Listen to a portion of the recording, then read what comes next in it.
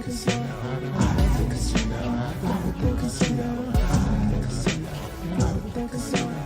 it for the edge, flip it for the world, flip it for the edge, flip it for the world, flip it for the edge, flip it for the world, flip it for the edge, flip it for the world.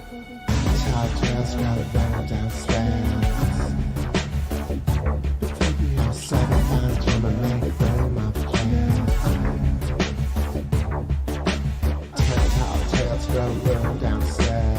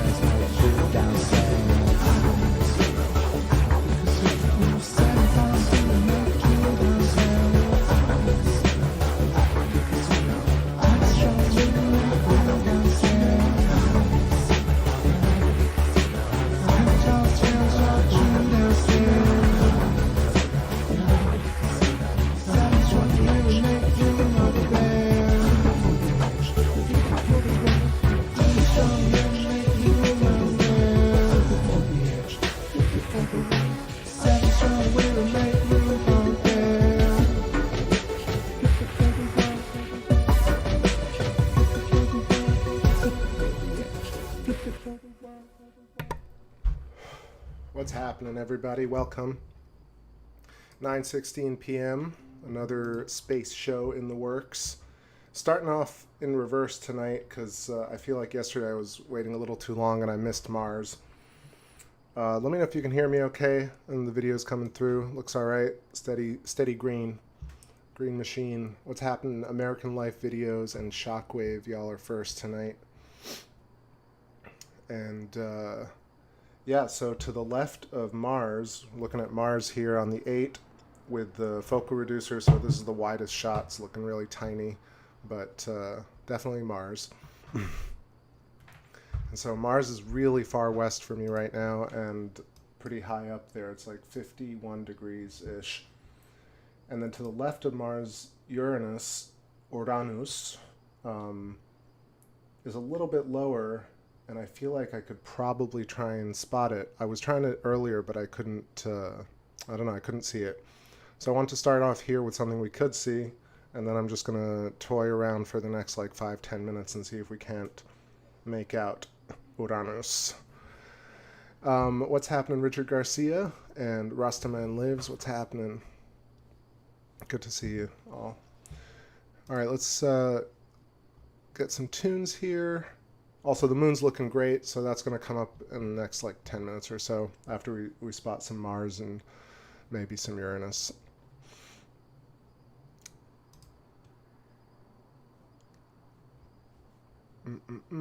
Last night's show was really fun. I was looking at it on replay. Talked a lot about some plasma cosmology and hexagons and hypotrochoids, etc., etc. Going to do the same tonight on the moon. It's looking really sharp, so we'll get to see even more details, and we'll take a look at everything that we saw yesterday, but in more relief. All right, going to keep going with the tunes here. This is Anecdote coming up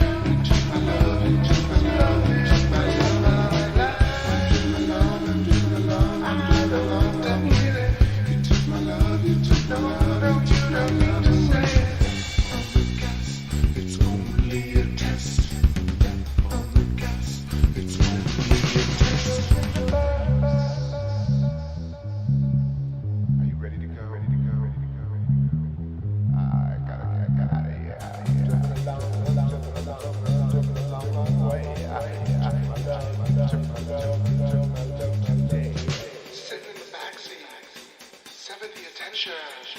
Chrome fantastic. You fold your viewers in reverse. I'm driven along. Yeah, I don't know. It's really tough. Like, I've tried to capture Uranus before, and it's the same sort of thing. I can't tell if any of these dots are actually a planet or just stars. And because of the angle that it's at, it's really tough to use tracking to find it. So Mars is pretty obvious, as you can see, but I'm right in the vicinity of where Uranus would be, and I can't tell if it's one of these these stars, to be perfectly honest. So I don't know. Y'all let me know in the chat what you think. It's pretty tough. I thought they would be in the same frame, possibly like Jupiter and Saturn, but they're not. This is the widest shot I've got. Maybe we're looking at Uranus, maybe not. I don't know, I like to be a little bit more precise.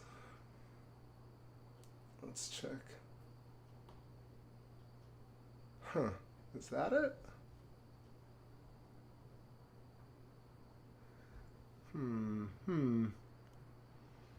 Let's see, just hopping in the chat, say what's up to Debbie Carson, Donald Yates, Rainbows and Butterflies, Silent Murmur, what's going on?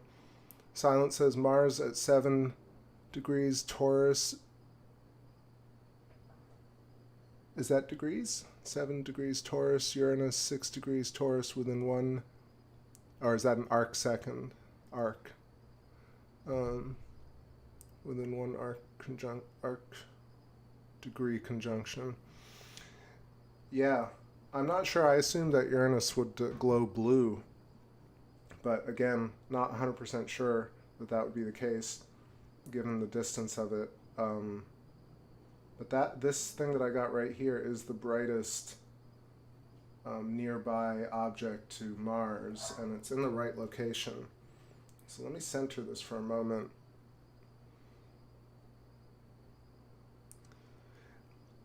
Yeah, I'm looking in real life, Silent, and I can't see it with the naked eye or the binoculars for some reason. It's either due to the moonlight or, yeah. It's the same that's always happened when I try and spot Neptune or Uranus. Maybe it's just the fact that I'm in Florida and it's next to impossible to see. Or maybe I'm just doing it wrong. That could be the case.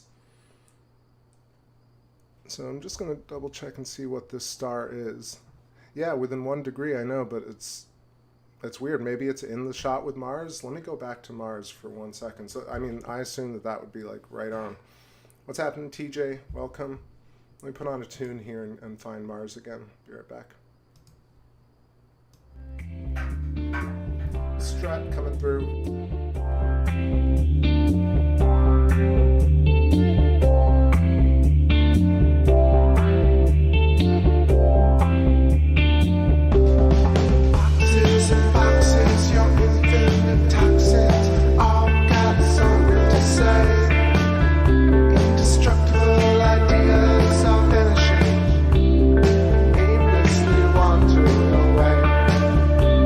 The nation crawls, insatiable.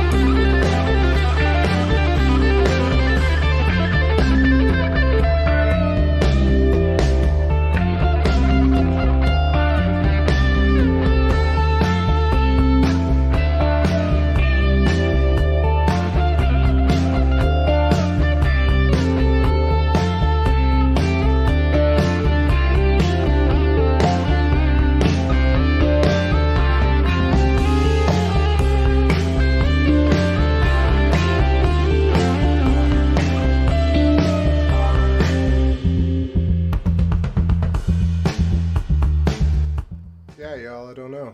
So I got Mars in the top right corner. I was just taking some still shots to see if we can't spot it, but Silent, let me know what you think. I mean, 1 degree, right? Like Saturn and Jupiter were at edges of, well, they were kind of in the middle of the frame. They were pretty close. I mean, that was half a degree, I guess. But even when they were 1 degree, they were still from corner to corner. In Stellarium, I think Uranus is looking like it's lower from my vantage point. That's why I'm kind of pushing Mars up. Is that it? Huh. Is this it? See, there are 2 objects right here. What's happening, Tetrapodum? Welcome back. It's been a while, I know. I was like, did I know the name? Well, welcome back. Derek Mary, what's happening? Thanks for all the kind comments on Strat, y'all. Yeah, so I'm just a little bit distracted because I'm trying to spot Uranus tonight, and we just had Mars. So let me put the... Is it one of these? Looks like Mars, but Uranus was below it a second ago. Really? Was it that close? Because I was wondering if that was it, but it doesn't seem correct. For a second, I thought that was... let's see. Let's bring Mars back to the center.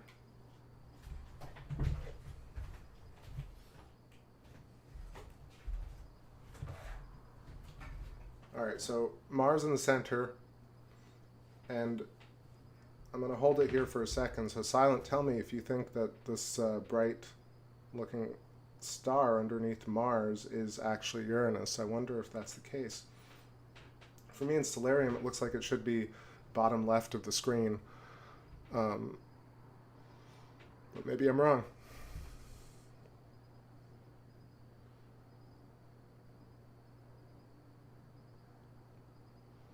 Really? Yeah. If that's... Yeah, but in Stellarium, the way it looks in the viewport is not exactly right. It looks like it's supposed to be off to the bottom left. So I'm not sure. I know I'm repeating myself now. But I'm gonna play with it a little bit more, and then we'll get back to the moon, or get to the moon. Hope everybody's doing great.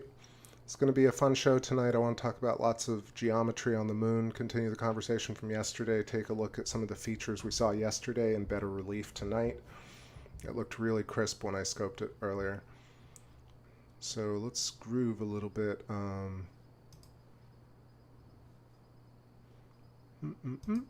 Let's keep going over the Captain of the Stars album.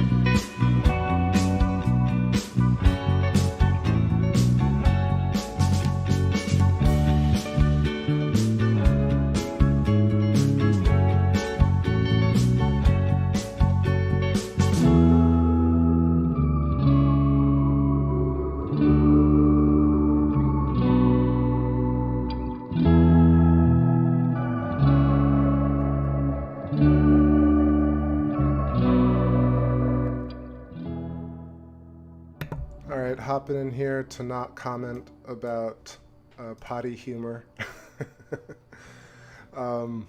Jokes aside, I was just trying to find this conjunction of Mars and Uranus.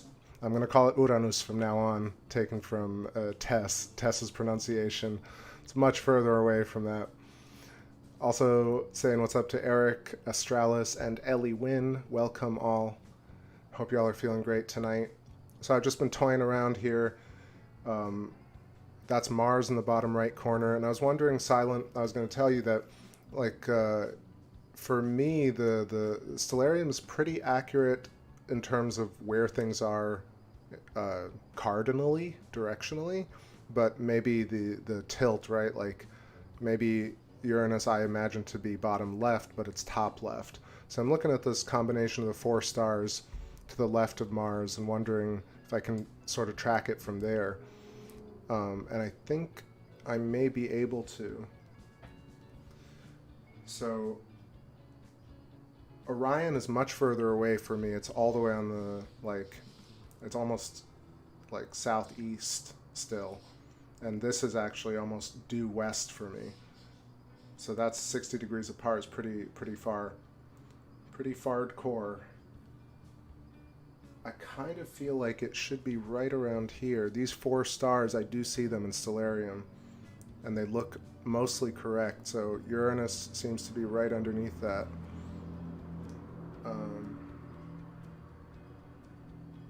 Right around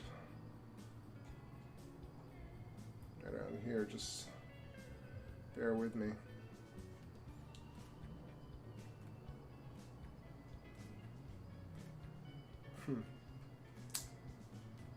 I don't know, y'all. Oh, is that it? I think this might be it. Okay, it's... Alright, these 3 look like... But even though it's the brighter one, I think the lower one is Uranus. So let me double check. So I'm going to spot this one and zoom in on it, see what we can do. This seems to be the right location. I'm talking about, whoops, residual from last night. Yeah, so not this, but this seems like it's in the right location. But I don't know. I'm going to capture some of this footage, honestly, because there'll be some other opportunities tomorrow and the day after, and I'm going to just analyze this later. What's happening, Esoteric Gold? Welcome.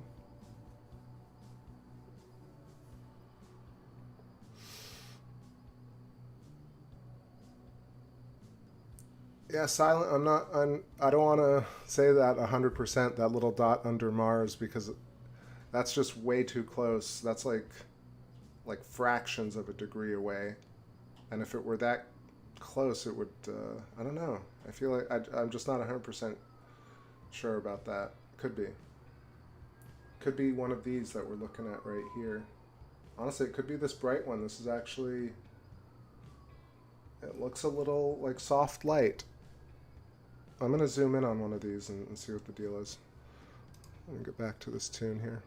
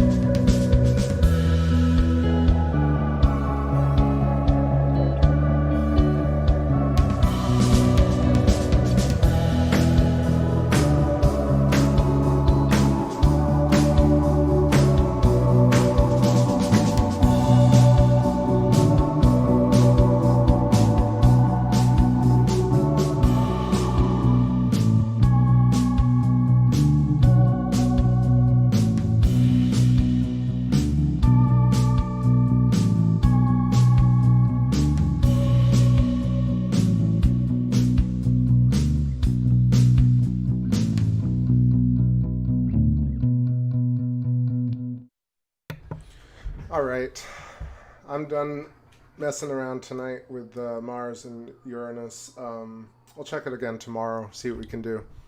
I was definitely prepped tonight, but man, it's too far west and too tricky on the third step to scope correctly. I have to like do some contortionism to look through the reticle. So let's do something a little easier here.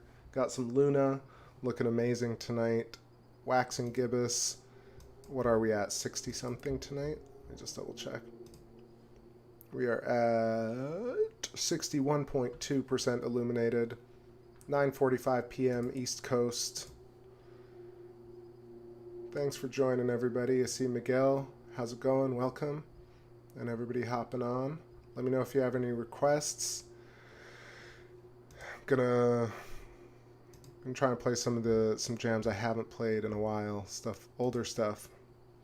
This one is called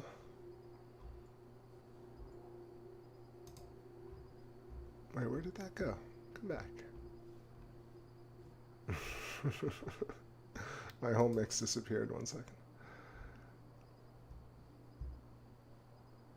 Alright, let's just do stuff from Captain. Here we go. Light of the Moon coming in.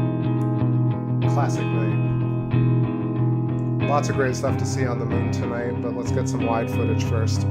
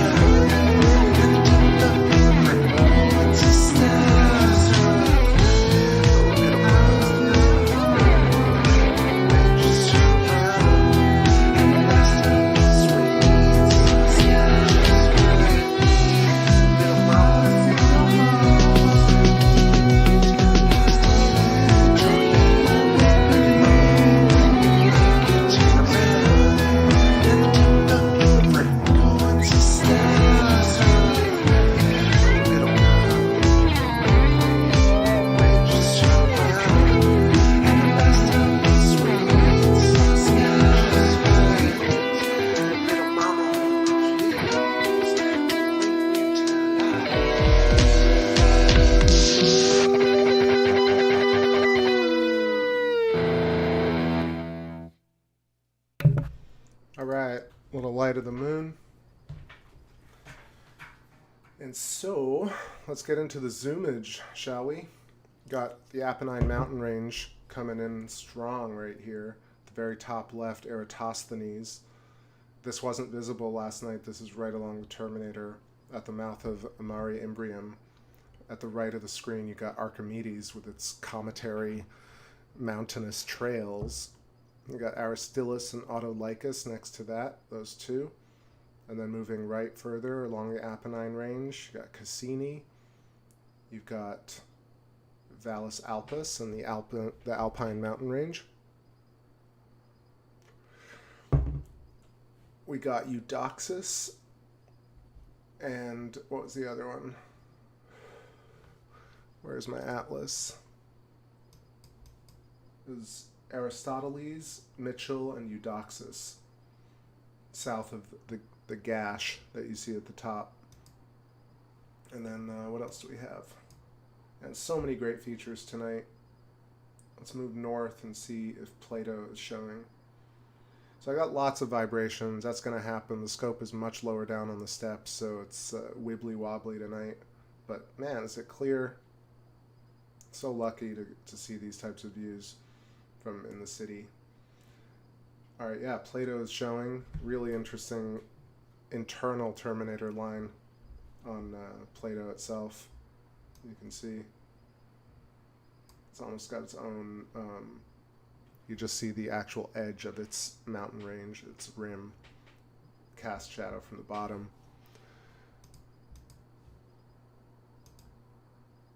Appenninos. So yeah, let's start all the way here on the right and kind of move left while we listen to some tunes. I'll stop at the interesting spots. I noticed that Huygens sword is showing tonight, and I wonder if we can see what we can see on the very far left. We'll probably be able to see Ptolemaeus. Again, yesterday we saw Theophilus, Katharina, and Cyrillus, that chain of craters, the dumbbell, and then the side-by-side hexagons. Again, for the record, moving on from all lunar craters are circular to absolutely no lunar craters or mares are actually circular. They're all hexagonal or pentagonal to some degree, because they all really follow the inherent intrinsic geometric form, the torus and the hyperboloid, the pinched plasma tube at the center. We see it dead on, we see it top down. Came to the conclusion last night that looking at Orion was almost like looking at the cross-section of a fruit or a limb, or even looking down a Birkeland filament, like looking down the barrel of a gun, which is what we see in the trapezium cluster at the center. Similarly, I tried to make the connection that at all these center peaks that we see in certain craters could be residuals from electric arcing disconnecting from its original source and leaving sputter marks at the center of these craters. Possibly for the same reason that trapezium at the center of Orion Nebula exists in that kind of cluster at the center, because of the coaxial Birkeland filaments running through the center of these objects. Yeah, so cool tonight, Ellie. And then the Pareidolia with Archimedes and Aristillus, Autolycus, and the Apennine mountain range. You kind of get that spooky Halloween face that's happening on the screen right now.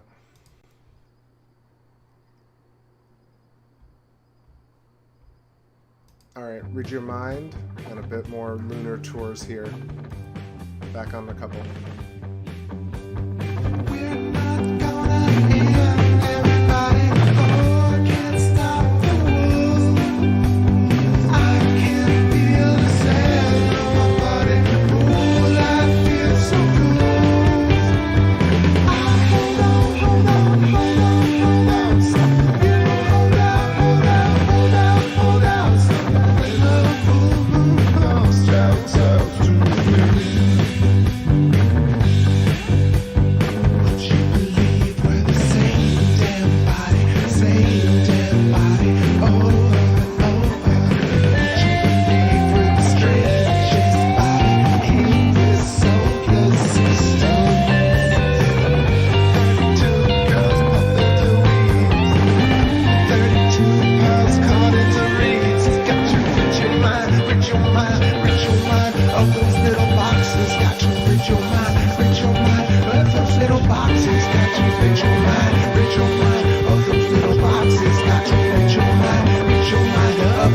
your boxes.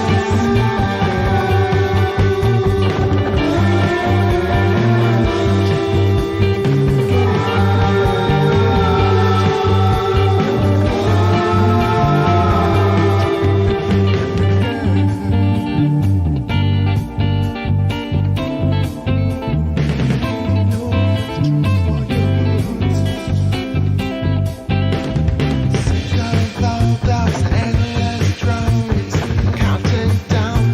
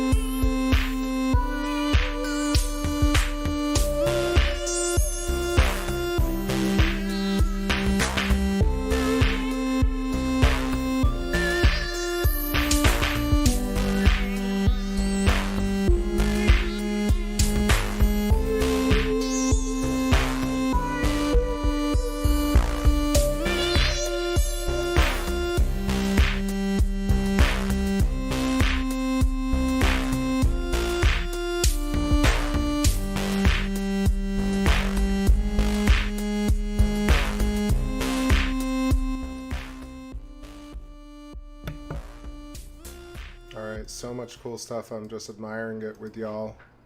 Cruising across the moon. Ellie Wynn says, strange in a good way, very strange.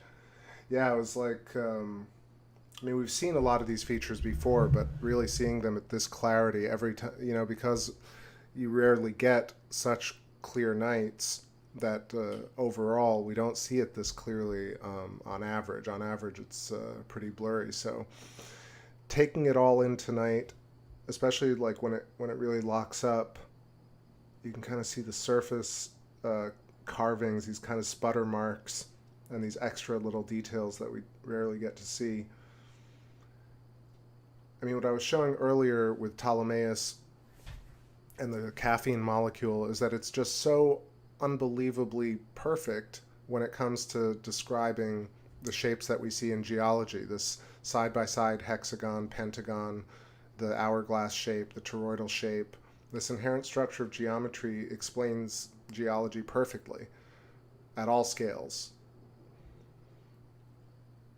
But then you have that interesting diamond under Huygens' broom, or Huygens' sword, which, let's get back to that for a second, because it's not immediately apparent, because you're kind of noticing Huygens' sword first, and then you're like, oh, that's the hilt of the sword. Let's pull it back right here. But tonight, I mean, I've noticed this before, but tonight it's very apparent that there's this very sharp diamond shape right underneath Huygens' sword, which is actually likely the reason there is the hilt at all. Right? Is this the whole Birkeland filament? Like an echo reverberation geologically of a Birkeland filament moving across the surface?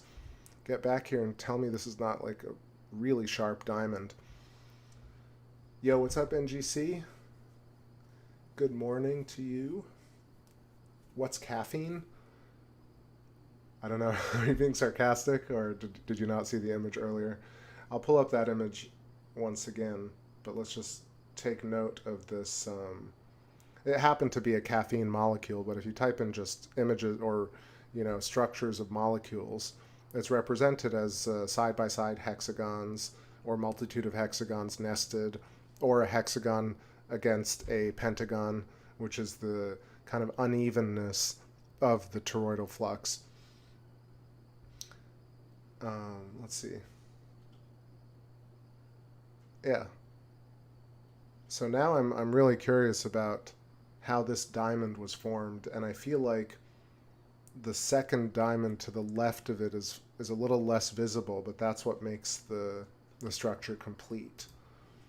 Let's draw that like I did earlier, but Huygens' sword hilt diamond, and then if you can, it's much more diffuse, but see that's another, that could be the toroidal shape right there, and the Birkeland filament moving through like that, right? That's one way of interpreting it. You have a lot of overlapping geometry. It's a little tough to read, to be honest, even though I know what I'm looking for. But holy crap, Huygens' sword looking amazing right here. This, again, another great feature to explore on the moon. Trying to figure out how that was formed. I think mainstream science says that it's sort of, this is not a volcanic lava tube. This is more like lunar regolith kind of pushing this way and then creating a fold, a manifold, no, just a fold in the land, almost like tectonic plate overlapping. To me, it looks a little, I mean, it looks like that, but it also looks like it could be one of those sinuous rills, even though it's not snaking. It's much more consistent in terms of its movement all the way across. And is this like an electric arc moving across in a very steady way? Or is that a volcano and it's leaking? Or leaking, it's erupting this way? Ooh, haven't seen a mosquito in years. A fascinating feature here. Small craters on the rims of larger craters preferentially, and then chains of them. Let's see what feature this is called. Where's Huygens' sword?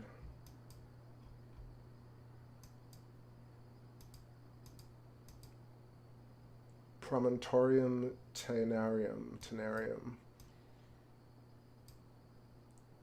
So that is Thebit, the bit, by the bit.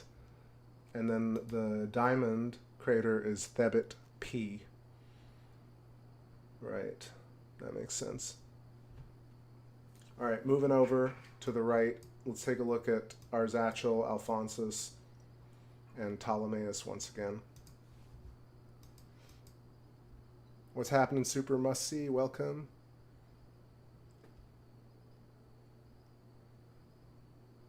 And yeah, let's move over a bit more. Hide that. Never ceases to amaze me. The surface of the moon is just unbelievably incredible.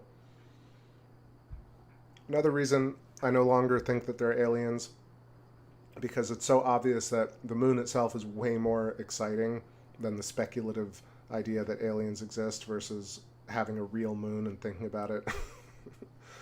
It's so obvious to me now how right in our faces these big conspiracies kind of just give us the answers, and people don't choose to take them. That's really all it is. I used to think, oh, of course there are bases on the moon, of course there are aliens, of course there's what's on the far side of the moon, blah blah blah, all that sort of stuff. And then you realize, no, there's a moon already. Like, before even speculating on any of those I don't say conspiracies, those ideas. Not saying that there couldn't be aliens, not saying that there couldn't be bases on the moon, just saying that even thinking about them takes away from the time of actually looking at the real surface of the moon. So I'm looking here at, I'm going to say this is Arzachel, and you can see it at this resolution that it's very clearly, what is this? That's 1, 2, 3, 4, 5, 6, 7, 8, octahedron, septahedron, heptahedron, or heptagon rather, heptahedron, an octagon or a heptagon. Center peak, same. So my new theory is that this is the center of the Birkeland filament. So look at the cross section of where seeds would be in a fruit. So we're looking at craters or features on the moon where not only are we having these side-by-side creations that create, yeah, look at this, it's so apparent. So this is Arzachel, and this is, wait, Alphonsus, right? Alphonsus and Arzachel. Arkansas and Alabama. Right, but they both have center peaks. And then right between the two, you can even see this X right here. Very clearly. What's going on here? Why is that the case? Wasn't there like a heavy bombardment on the moon? Aren't craters circular? Hell no. Hell to the no. Look at this geometry. This looks like cell structure. It looks like a Birkeland. Here, let's do it. Draw this shape right through. You got that's the toroidal shape. This is the hypotrochoid. Wow, that is really messy. I'm having some tracking issues. 1 second. Get back here.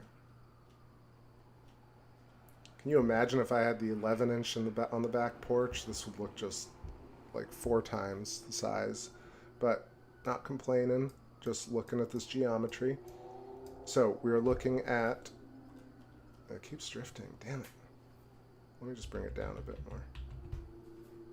Every time I center it, it's like, no, I want to go all the way up.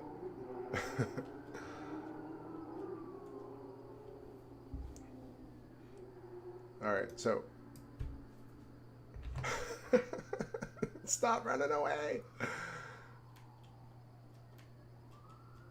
Okay, stay. Okay, quickly. Torus,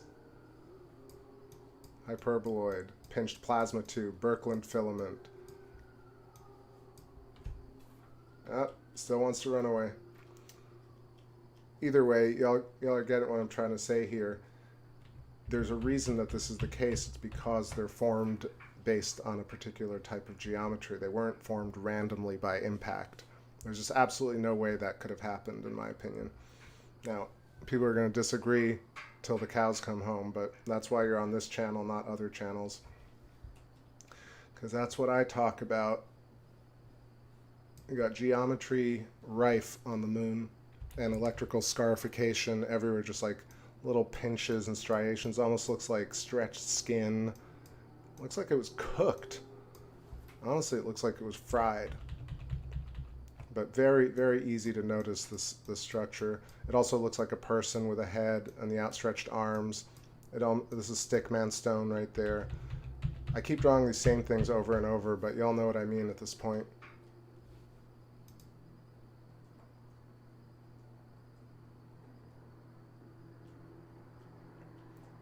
I mean, I assume that the diamonds are happening because of the same reason. So right here, that's where you would have diamonds.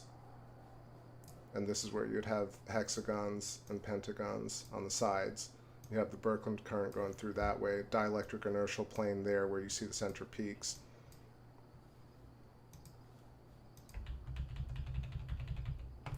Sorry, I'm being really sloppy with my drawing tonight. I don't know why. It's just trying to keep everything going.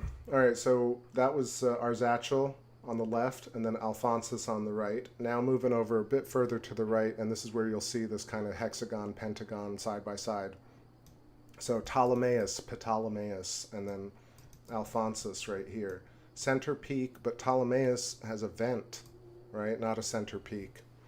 Got tiny little vent holes, almost like when you're doing pour over coffee and those bubbles pop up and explode. That's what you're getting over here. But overall, on the larger scale, Ptolemaeus is very clearly... God damn it. Every time I sketch, I end up... whatever. Let me just... I'm trying to look at the chat room at the same time as sketching, but I shouldn't do that. Let's just draw. Let's just draw. All right, Alphonsus first. Pentagon. Center peak. Birkeland current. Or dielectric inertial, actually. This would be the Birkeland current going through the hypotrochoid. Then you'd have a hexagon here in Ptolemaeus. I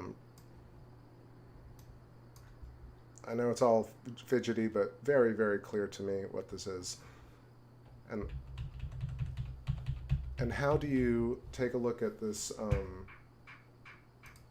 this caffeine molecule right here, and it's inverted, but you can see exactly what's going on as to how Ptolemaeus and Alphonsus are side by side, and there's absolutely no reason they would be that way if you had random impact. So chains of craters, in a way, that look like this and that have very defined corners really need to be looked at again. They're not circular, that's for sure, and they're definitely structured in a way that it would be incredibly, incredibly rare for giant showers like meteor showers or asteroid or whatever it may be that hit the moon during the great late heavy bombardment would structure its impacts this way. It's just something so very ridiculous about it now, thinking and seeing it up close. Let's see what the chat room thinks now that I can look. Miguel put some snowflakes in there. Yeah, snowflakes definitely have that geometric shape. They grow out as hexagons from the center. If you've ever seen like those videos where they do a time lapse of a bubble, they blow a bubble outside in sub-zero temperatures and the little snowflakes form inside the bubble, you can see these hexagons, right? It's very, very clear. All right, what else? Even more hexagons, much less defined, but what do we want to look at? There was a feature here. Oh, look at this. So talk about Zeus's thunderbolt. You've seen the symbology of the thunderbolt in various different videos. I'm sure Kronos has shown it. I'm sure the Thunderbolts Project has shown it. But for me, this is live, a live imprint of a twisting filament. I mean, there's just really no other way to describe this for me. So let's, you tell me what you think of this feature right here. I'm going to try and find the name of it. I know we've tried to find it before, but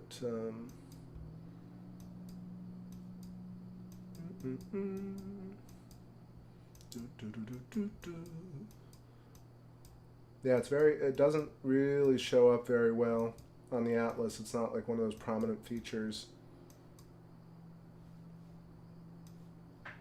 So where are we? We are within the rim of...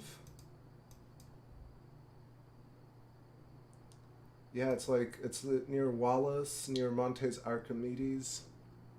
I'm gonna try and figure out the name, but first let me sketch this real quick because, you know, I'm also gonna zoom out one level because I think it's a little too much.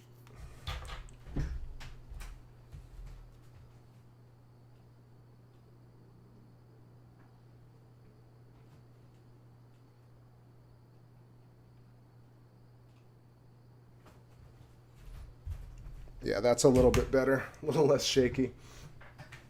Yeah, let's look at this. So, all right, so it's right under Eratosthenes, and that will help me find it on the map.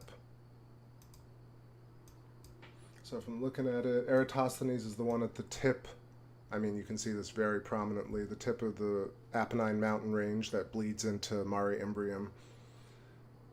And so to the left of Eratosthenes, you got Sinus Aestum, Aestuum.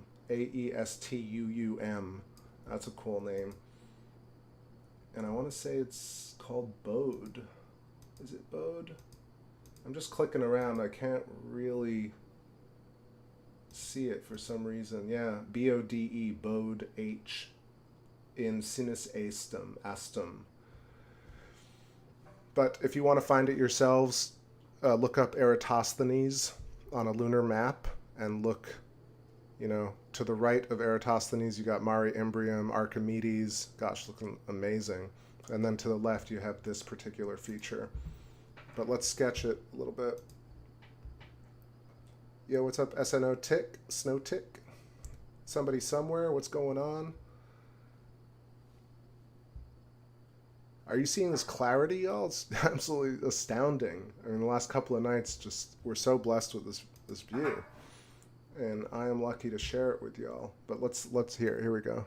I know I'm also like just yapping away. But twisted Birkeland filament imprint right here on the surface. Just take a look at that. You can see it pinch in the center and twist, and then you can see the filaments outlaid like that. I mean, if I didn't know what to look for, you can easily miss something like this, but so obvious to me. Eratosthenes right here. Really cool feature. It has similar kind of elevated regions, almost like it's volcanic edge. A lot like Copernicus, which is right over there. This is the start of the Apennine mountain range right here. You can see, so my theory here is that, and I know that Andrew Hall talks about this in his presentations on the Thunderbolts Project about how electricity and weather can shape mountains and valleys and canyons. So I'm kind of riffing on that. Obviously, he's way more thorough than I am, but I'm seeing this as visual evidence, right? So what's going on? Why is there a mountainous region here and not here?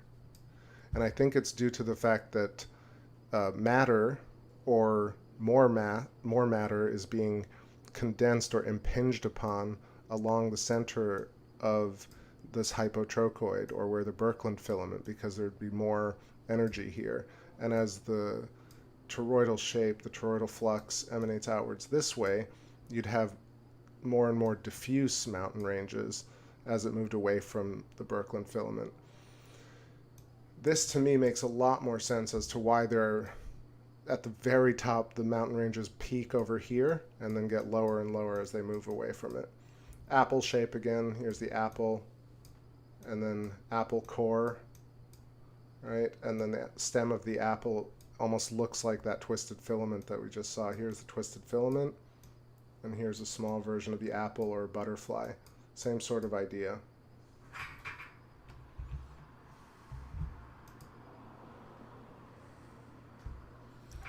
What's up, Jay? Is it? Moon is probably only a few hundred miles away. I don't know. I don't know. What's up, Aram Vorax? Is this that groovy electric vibe channel? It certainly is. You're in the right place.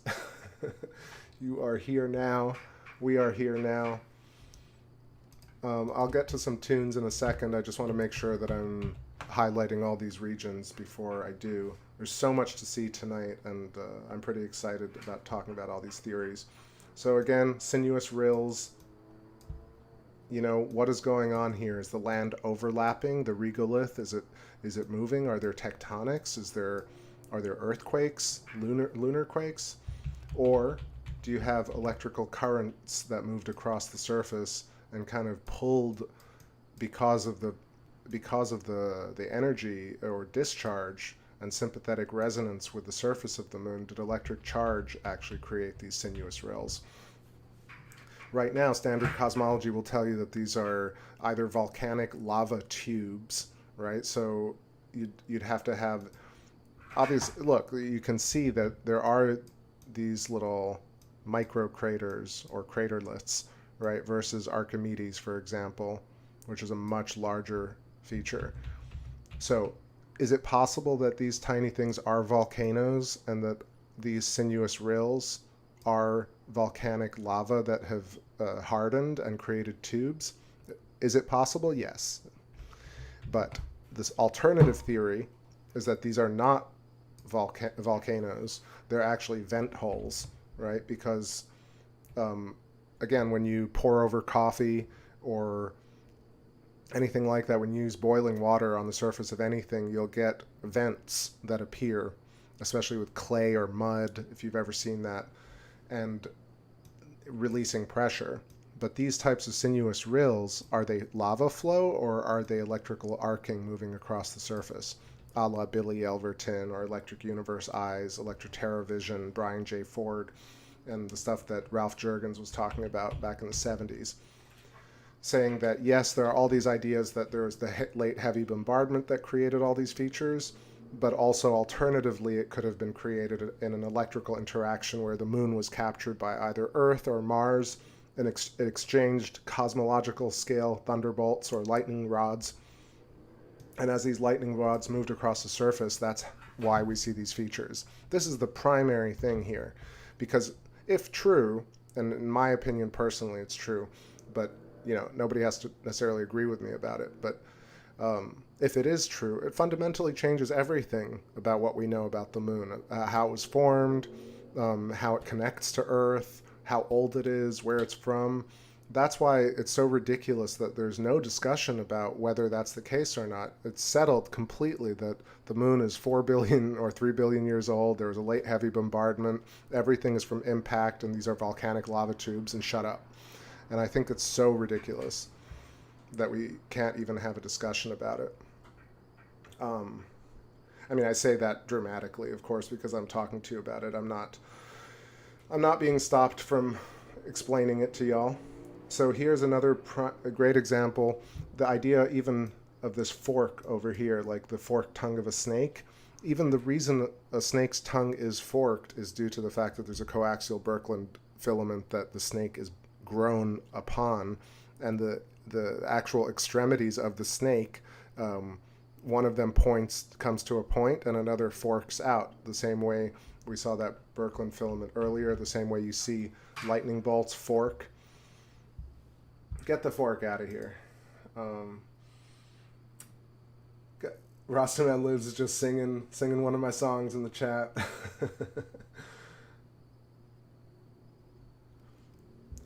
All right, what else can we see? Let me know if you want me to stop at a particular feature, but again, let's see. We got Archimedes looking amazing. To me, Archimedes looks like an imprint of a comet on the surface of the moon. You kind of see its tail.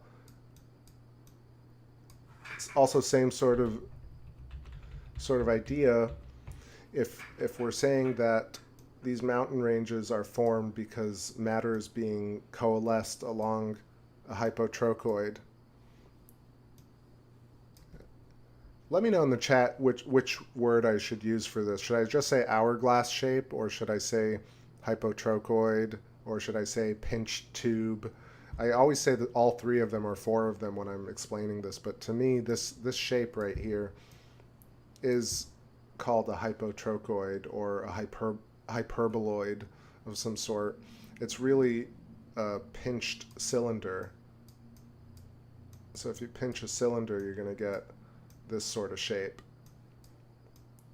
But again, these are not closed cylinders because it's just you have a Birkeland filament going through. All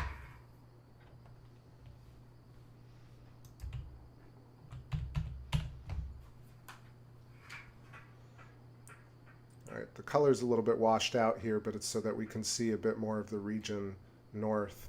Moving into Mare Imbrium here, look at all the amazing dendritic action going on.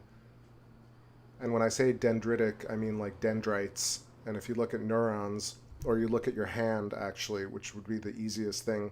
Right now, if you look at the palm of your right hand and you look at the screen, you'll see the correlation between the X patterns and the forked patterns and the overlapping dendritic ridges on your hand and the same things that appear in Mare Imbrium.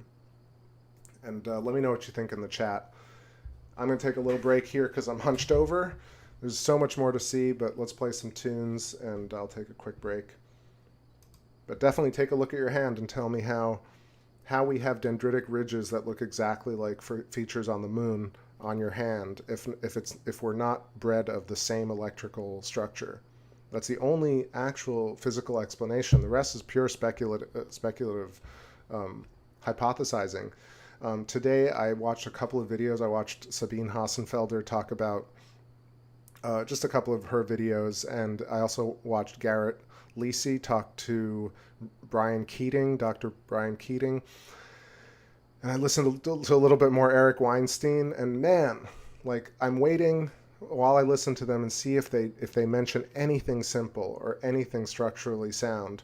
And it's all often this is highly theoretical math. Now, am I saying that Garrett Lisi is not referencing this particular structure? He might be, right? He is talking about manifolds. He's talking about four-dimensional geometry.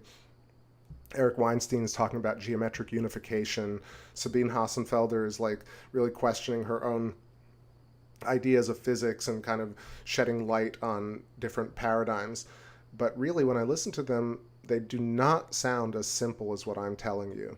They don't point to an image and say, okay, this is this, and that's that, and this is the correlation in simple terms. They go off on extremely deep ramblings about, really, it's certain types of math, actually. It's math language, and it's theoretical math language, too. It's stuff that doesn't really necessarily have formulas. It's just plotting points in space. And so when you listen to people like that who spend, I don't know, I listened to it for maybe 30 minutes. I know it's a little bit longer, but I feel like when you listen to it for 30 minutes and there's not one shred that your average person could walk away from with a visual representation of what you're talking about, then I don't know if you really are talking at the level that you imagine you are. And I know what a diss that actually sounds like, because I don't know, 15 years ago when I heard about Garrett Lisi and his multidimensional manifold, I was like, all right, this guy's a brilliant surfer and he knows what he's talking about because he surfs and he knows quantum mechanics. And I was blown away by the idea of this person. But now that I know what I'm talking about, or at least I think I know what I'm talking about, you listen to them. Listen to Eric Weinstein. Listen to Lex Friedman. Listen to Feynman. These guys cannot explain things simply. They never take a picture or a sketch out. They never draw this geometry.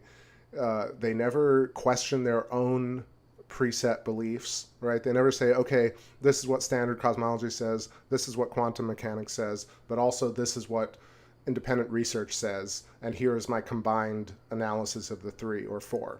They don't do that.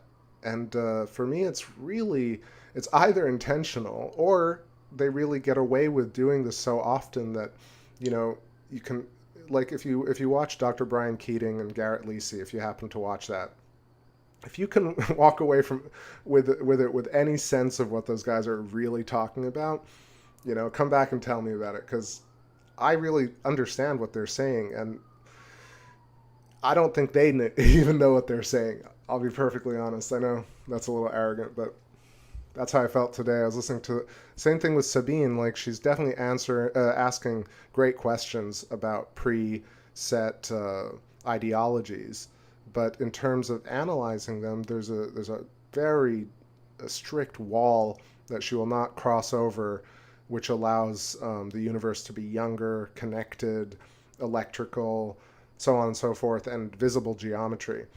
And so, to wrap up my rant, look at your hands, look at the skin, your skin, and look at the surface of the moon. And that is a visible, simple, one-to-one correlation with the fact that electricity and electrogravitic and electromagnetism and these field lines are what actually denote visible reality and matter, and not four-dimensional Lie math. And it's just not. Although I don't want to take away from the fact that maybe Garrett Lisi is talking about math that defines this particular geometry.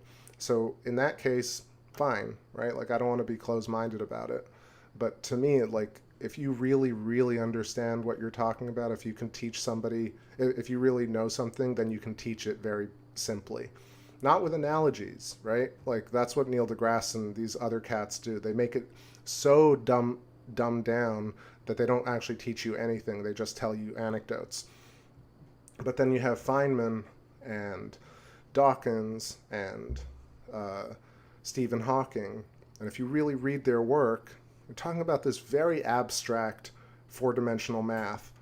And same thing with quantum mechanics, Brian Greene, and so on and so forth, Lawrence Krauss, these cats. I don't walk away from their lectures or their videos knowing anything more about the universe. In fact, I feel even more confused. And then you look at the surface of the moon, you look at your hand, makes perfect sense. All right, I'm going to shut up for a second, read some comments. Rasselman Live says, hypotrochoid, perfect spelling, exactly. Sounds cool. Yeah, the other one is hyperboloid. And yeah, for me, it makes sense as a pinched column or a pinched tube.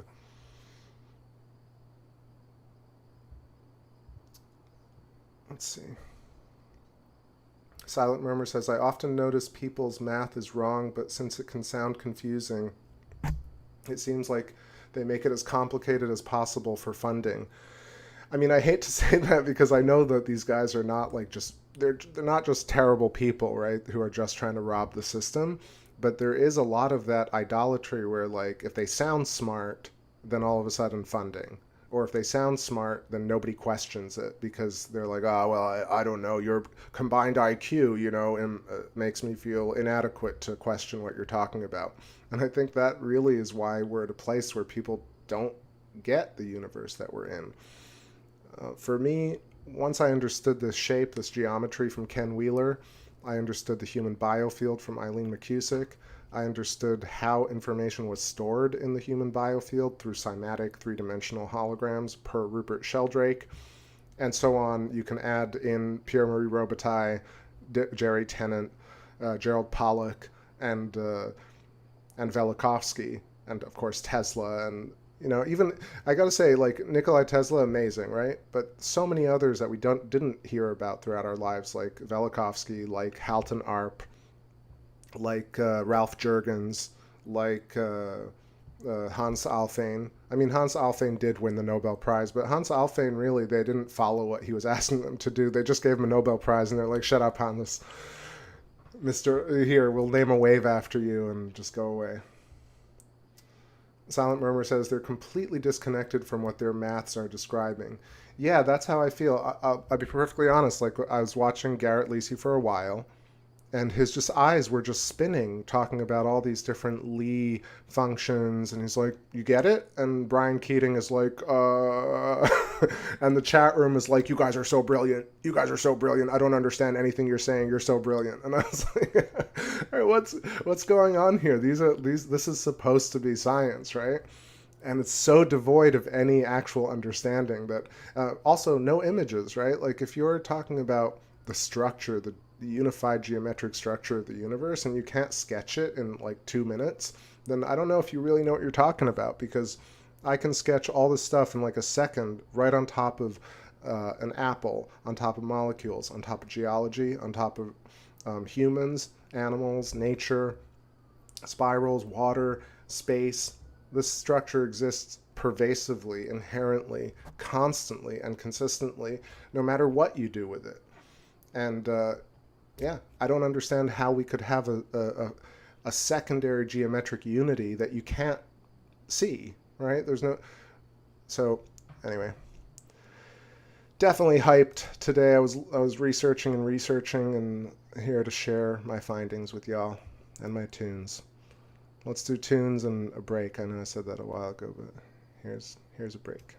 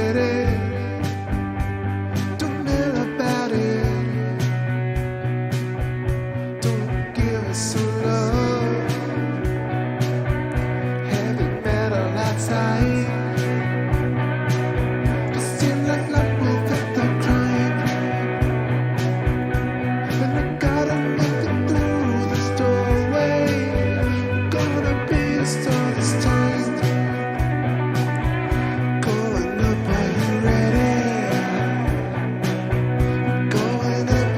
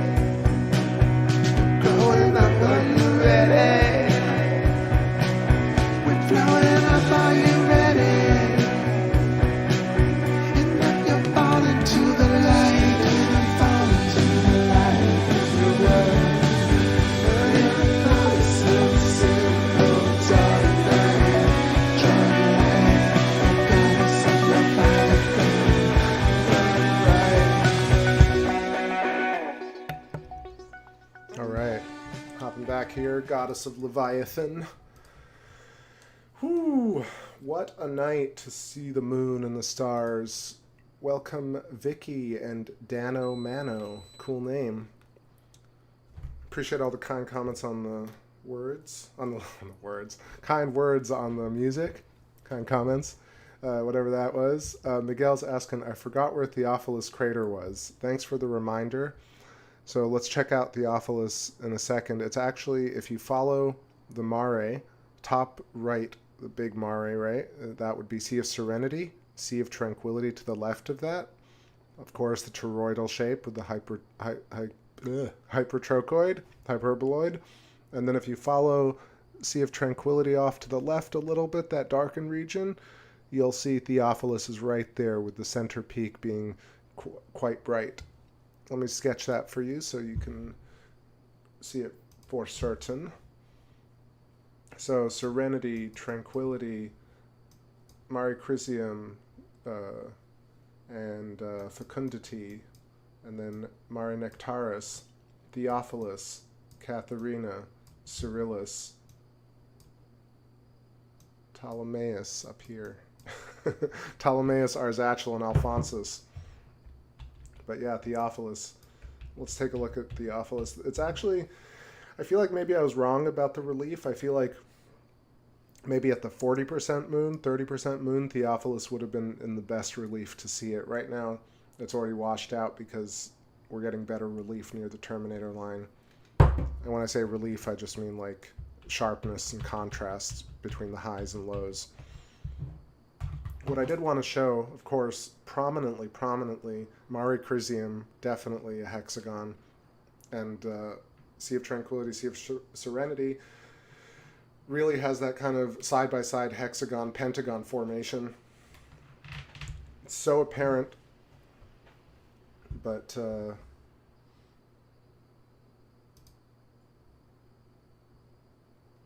yeah, of course, you all. Thanks so much for hanging out with me. So let's sketch a little bit.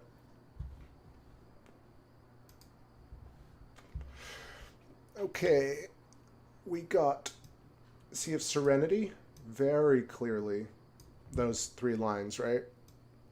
And you have line number 4, and then line number 5. So it kind of bleeds out a little bit over here. And I'm going to just climb to the top of this hill where I was talking about seeing craters. I imagine is actually looking at the hyperboloid. Is basically, how do I explain it? If you're looking down into, all right, let's see how I do it. So if we got a torus or a donut shape, right? And then you have the hourglass shape that goes through it, the hyperboloid or the pinched tube. Then you have the side-by-side hexagons. That's what forms because it gets pinched to the tube and starts creating a boundary layer. You have the dielectric inertial plane per Ken Wheeler. And what I think that really means is that this is where matter gets impinged upon by the rest of the flesh of this structure. So everything compresses to this orbital plane or dielectric inertial plane. You got the oscillator at the center experiencing the layers of plasma that are created by virtue of this node being along a giant coaxial Birkeland filament going through the center of it. And that's why, I mean, it looks like an apple here, but what I'm trying to think, this new idea that I thought about yesterday, looking at M42, which we're going to see again tonight, is that craters and mares are basically looking down into this tube. So from the top, that's what these hexagons are. We're looking in in the side view, they look like side-by-side hexagons, but from the top view, the hexagon's actually looking down into the tube, like a cross-section.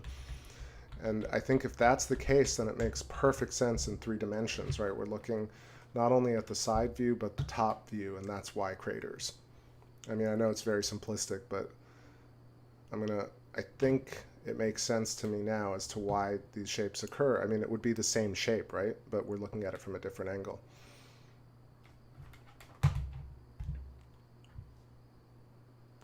So again, Sea of Serenity looks like a pentagon. Sea of Tranquility looks like a hexagon that has a couple of extra features going on, right? So right underneath here we got Proclus, right, with Chrysium, and then we have this kind of diamond shape that pushes into, I don't say pushes in, rather. I think, like, if we're thinking about it correctly, we'd have the Birkeland filament going this way. We'd also have Birkeland filament going, or looking at it from the top view over here. That's why I guess you would have the dielectric inertial plane over here. So this would be the apple shape right there. That just reminded me of High Hopes, Pink Floyd cover with the two heads. But yeah, if we look at, let's look at honeycomb. All right, bees, what are bees doing when they create honeycomb? Why does it look this way? What's up, Astrolabium? What's going on, brother? Welcome. So bees operate based on the same sort of rules. They'll start creating circles, little circles here, and as they build them outwards, they'll start meeting another circle, or sphere rather, and once they get to a point where they meet, right, they'll start pushing and creating boundary layers. So strongest structure from one point is a sphere, strongest packed structure, hexagons, pentagons. Honeycomb, butterfly. Butterfly traces the outline of a Birkeland filament with its antenna, goes right through. Pinch, rarefaction, compression. I haven't said that tonight. Pinch, expansion. Pinch, expansion. Counter rotation. Side by side, hexagons right there. Same reason. There's just no way that it couldn't be that at this point for me.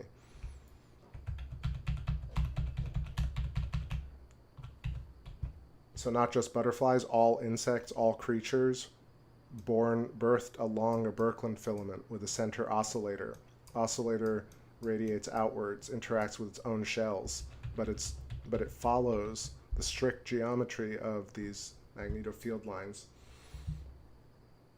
Butterfly, okay. Apple core. Let's look at an apple. Where's our apple? Again, apple core, perfect hypotrochoid right here. Apple core, the stem traces the Birkeland filament. The seeds, this oscillator that I'm talking about, the heart, the fetus born along a Birkeland filament, along the umbilical cord, right? The flesh of the apple, tracing a representation of the human biofield, the furthest point being the skin, the most diffuse, the hardened, the most hard portion. As it gets closer to the center, the nearest portion. Why? Because the skin was here at one point, and then it moved outwards as the apple grew. Therefore, the oldest part of the apple is the skin. This would be your birth. And right here in the center would be your near-term memory. Miguel, take it easy. Great to see you, brother.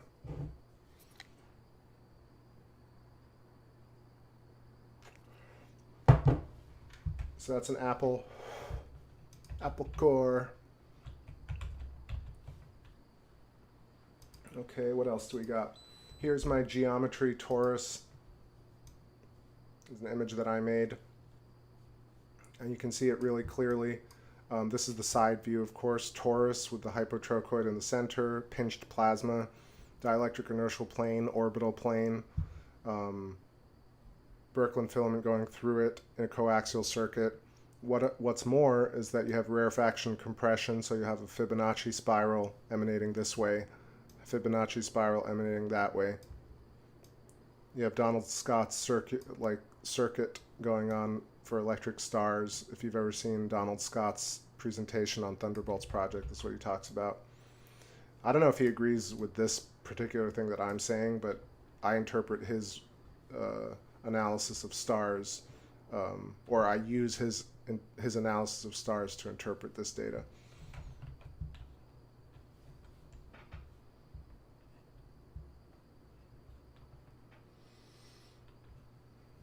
Okay, let's hide that. And then let's look at one more thing here,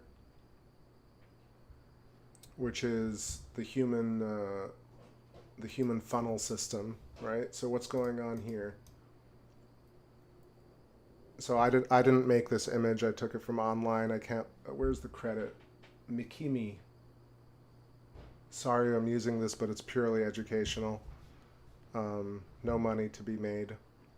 But fat, skinny, right? Neck is skinny. Shoulders are wide. Waist is skinny. Hips are wide. Legs are fat, skinny, fat, right? We follow this kind of peas in a pod, rarefaction and compression along the Birkeland filament. That's how humans are grown, right? This idea of the matrix, even, I think we're already that. And then, so human biofield is an apple shape. The flesh is human conscious memory plasma layers encoded with cymatic fractal patterns, which encode everything from smell to sense to sight, all in these very complex fractals. Our chakras, crown chakra, throat chakra, heart chakra, on, have their own spiraling Birkeland filaments that go through front to back when we're standing up. What happens? We resonate with these cymatic patterns in our plasma layers to sympathetically resonate and resolve or bring into focus particular moments of existence and life, whatever it may be. And yeah, when we lay down, when people have these outer body experiences, when people feel like they're floating above their body, if you can imagine these toroidal fields all working in harmony, so each one is its own toroidal flux, reaching out into, when you're laying down, of course, is reaching out into space. And then each of these doing the same sort of thing. Chakras are working in harmony or in discord sometimes.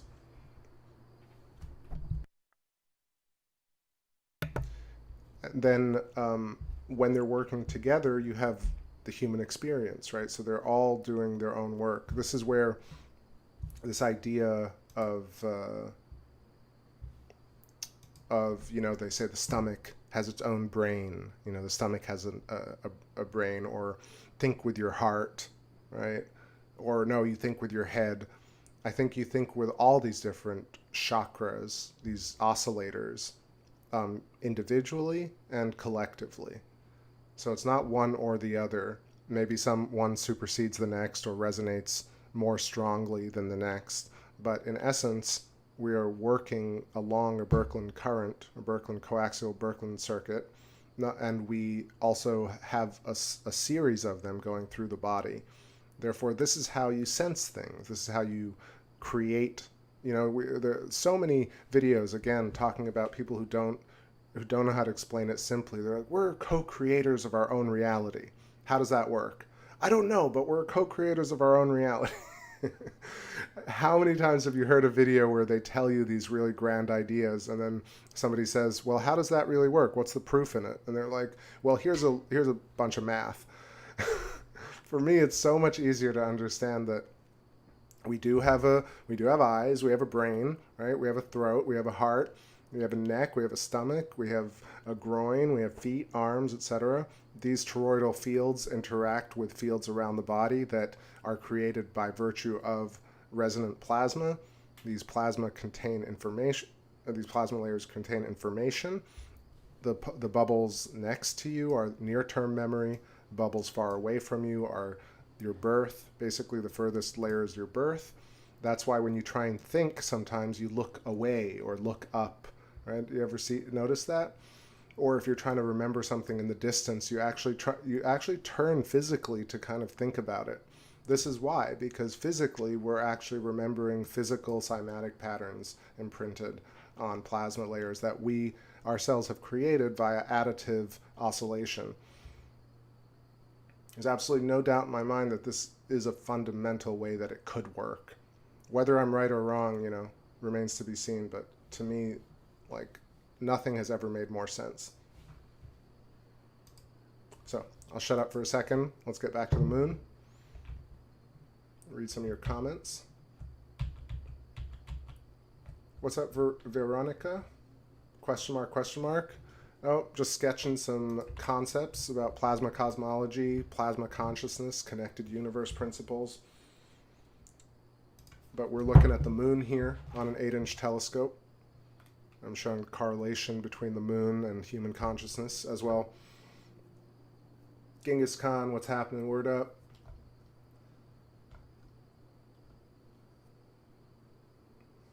NGC says, we think with our stomachs when we are hungry, right?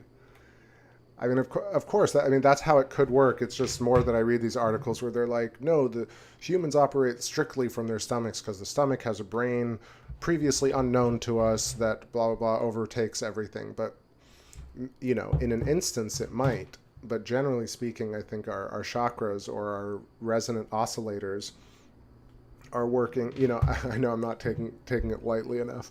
I know you're kind of joking, but I just feel like, yeah, that's how it would work if the stomach brain were working with the brain and the throat brain and the heart brain to create an additive effect, which we perceive as a moment in conscious time. A time bubble, if you will.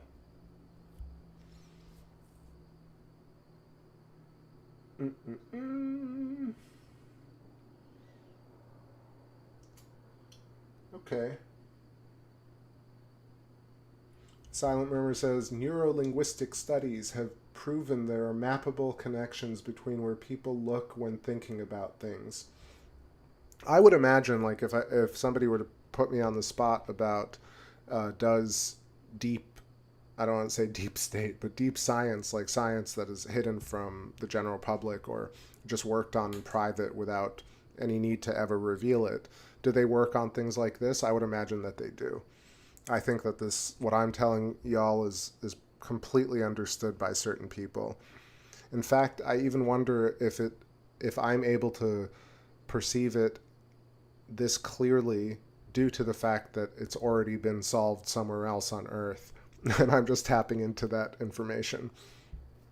So, you know, spooky action at a distance, or what do they call it? Remote viewing, right? I used to think, oh, how does remote viewing work, right? Without a connection, without a medium, remote viewing is purely speculative and imaginary. Like, it's very seductive, but it makes no sense as to how it would work. But if we're connected through Birkeland filaments and bubble plasma layers that are physical and real, then remote viewing is a practice, right, of a type of connection of sorts. And it's absolutely within the realm of possibility. Changes absolutely everything, this model. Yo, what's up? Yo, Q says, I know it's been years now, but any sign of that guy, Wolfman Jack? Damn, what was his name? You remember me and him making jokes? Come on, Tars. Yeah, I mean, that wasn't that long ago. It was only 2 years. But yeah, I haven't seen Wolfman Jack and the missus in a while. Actually, he emailed me when I was offline for 3 months, and I actually did email him back, but I was a few months late, and I'm already bad with responses as it is. So hopefully, Wolfman Jack, if you hear this, hope you're well, you and the missus, and come back to stream anytime. I'm sure people are around. That's how it goes. Maybe they moved or something.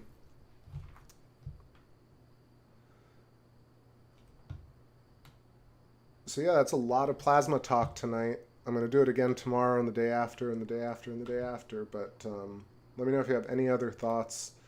So clear to me that Sea of Tranquility, Sea of Serenity must have been formed this way. And I mean, all the features, but particularly, I mean, given that Thunderbolts Project has talked about, some hexagonal craters, right? But they're all hexagonal craters. I mean, almost almost every single one's a hexagon or a pentagon or a diamond. And almost none of them are actual circles. And this is like a hugely different way of approaching lunar geology. I'm gonna just that's the hill I'm dying on, y'all. Or living on. That's the hill I'm living on. I ain't dead yet. Let's quickly look at Mare Crisium here because it's so cool. Always very cool to see Mare Crisium. Vicky says remote viewing, they've been doing it for years. Yeah, but I wonder if they've been doing it as a byproduct, right, of this physics that I'm talking about, or this physicality that I'm talking about of the universe, or whether it worked regardless because they practice it so much and they were able to do it, but didn't really consider the implication of plasma bubbles. But I think now, in this day and age, I'm almost certain that there are groups that perfectly understand what I'm saying, if not have transcribed every one of my shows and have reinterpreted it. I mean, just me saying it on one YouTube show would be enough. Like, if I said 3 things, a consciousness and human memories outside the human body, not in the brain. Massively profound. Moon craters and moon features are all geometric primitives as opposed to circular. Massively different concepts. And what else can I say without any doubt is, let's see. I think just those 2 things, I mean, obviously so many more, but those, I want to take it very simply, right? Lunar features look like they were carved into the moon or boiled and not heavy, late heavy bombardment periods. And then consciousness being outside the human body. From that point, anybody with half a brain, I think, could take those 2 sentences and just look at the actual thing without me saying anything more and derive tons of information from just that. Tons. I mean, information that I haven't even come up with, but like, there are people who have already studied all this stuff. The fact that they're slicing the brain into thin segments and saying, well, inside the brain, it lights up like this, and then it lights up like that, and we're right there in figuring out what consciousness is. And I'm like, it's outside the body. Well, if we slice up the brain just a little and the neurons and the memory is here and there and all over the place, like all over the place. We don't know exactly, but it's here and I'm like, it's outside the body. So easy. I mean, it just changes everything from that point. All right. Have I insisted enough? I have.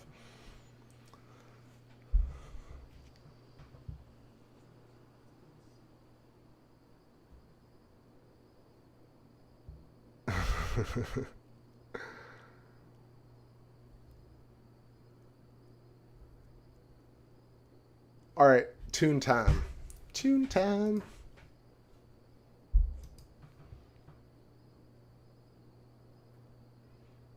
Yeah, so just quick shameless plug. Check out my music if you want to support the channel.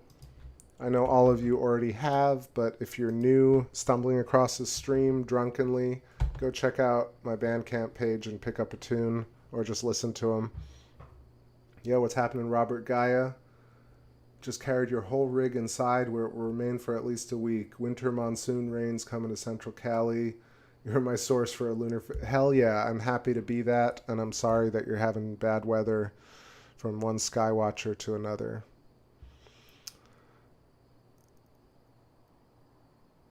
So, but good to see you, Robert. Thanks for joining. So yeah, shameless plug here. My Bandcamp page, links in the description for other albums on Spotify. If you really want to support the channel, go check out Thunderbolts Project, Eileen McCusick, Rupert Sheldrake, Sky Scholar, and of course all the indies, Kronos, Electric Universe Eyes, Greg J. I want to say these cats already like have more views than I do anyway, Greg J and See the Pattern, but yeah, definitely See the Pattern. I would love it if See the Pattern would talk about some of the stuff that I'm talking about, but you know, Gareth is free to do what he wants. But I'm almost certain that these 2 extremely important facts for me, that are facts, that consciousness and memory outside the body, and lunar craters are hexagons, not circles, would absolutely completely upend so many different things in cosmology and astronomy and consciousness and new age thinking. Just those two things.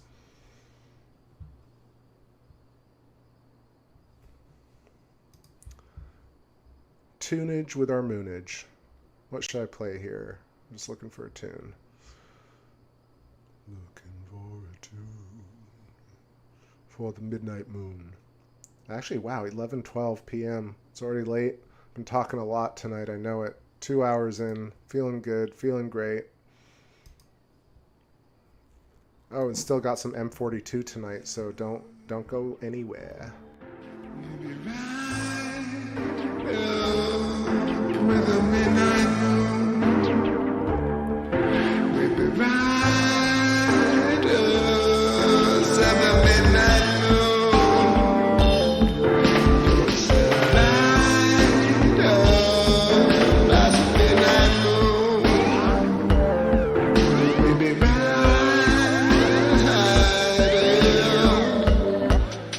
Oh, we're coming home. Oh, you're coming home. Like the midnight moon.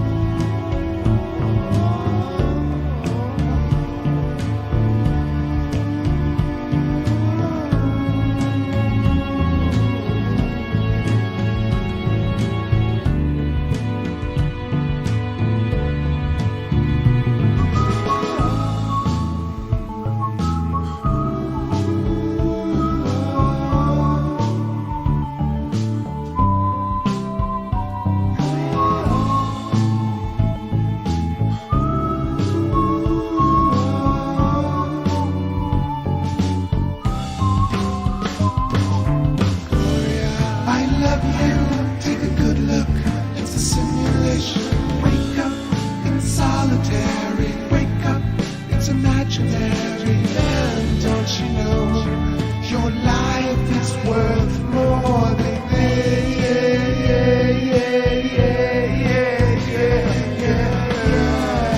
Watch out, take a good look.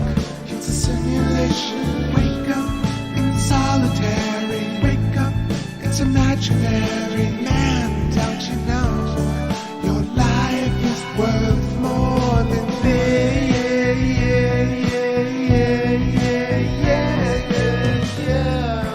Catch me if you fall, catch me if you're low.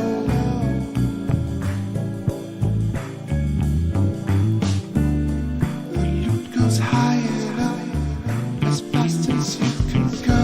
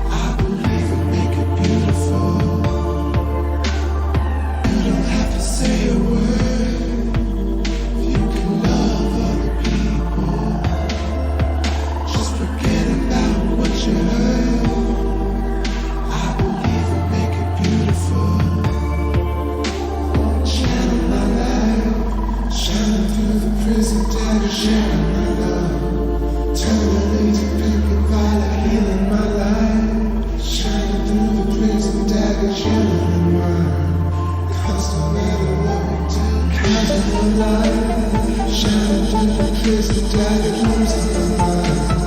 Crawling through the chasm, dragon chasing my ride. Moving through the plasma, dragon rhythms in time. Rhythms in time.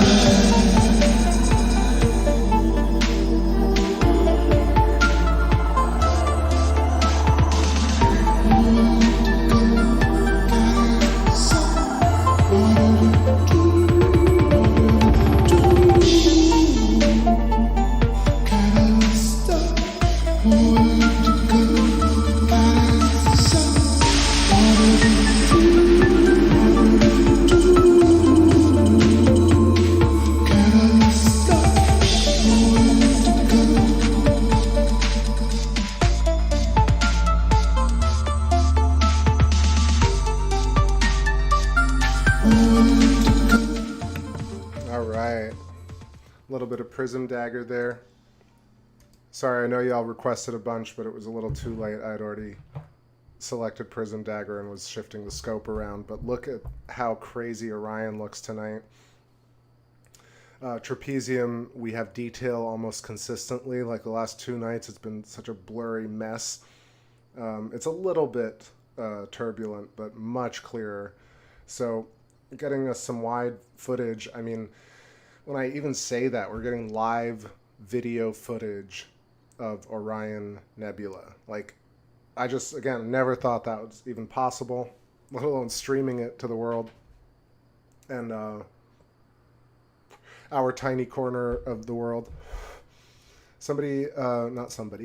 Let's see. A couple of y'all requested Dark Rum or new album stuff, which I'm always happy to play new stuff. So let's do that. Dark Rum 4, edit number 4. So that one, I got Delicate also. I played that a little bit earlier. I'll do that, and I'll also play Hurricane, and then Bring Me Back, because I love that one. Also, so just quickly in terms of the science of this, so my new hypothesis is that we're looking at this trapezium cluster, the 4-star cluster at the center of the Great Orion Nebula. And, you know, of course we've got this much larger structure at play, which I've drawn many times before. Oh, where'd that go? Okay. So I'm going to take a photo of it, but you'll see that the arms of the nebula kind of round out this way. So it would lead me to understand that this would be the hypotrochoid, hyperboloid, or hourglass shape. Birkeland filament going through it like that, coaxial Birkeland circuit. And then, I mean, here's where you'd have like the side-by-side hexagons. Here's where you'd have the shells, right? So the shells are not the torus, right? The toroidal field that emerges is due to the fact that you have this symmetry along every side of the Birkeland filament. And in 3 dimensions, the symmetry would create a donut, or a toroid, or torus. T-O-R-U-S. But looking down upon this trapezium cluster right here, this little diamond, and then this shape right here, which is actually giving me that indentation that we see in Sea of Tranquility, if you remember, right? Sea of Tranquility side by side with Serenity has that shape, and then there's that notch where Sea of Fecundity cuts into Tranquility, and that's so similar here. That's one revelation. The second one is that maybe the same way if you cut an apple, you have the seeds, right? Seeds of the apple. You have the stem of the apple, and you have this structure, right? So here's your hyperboloid.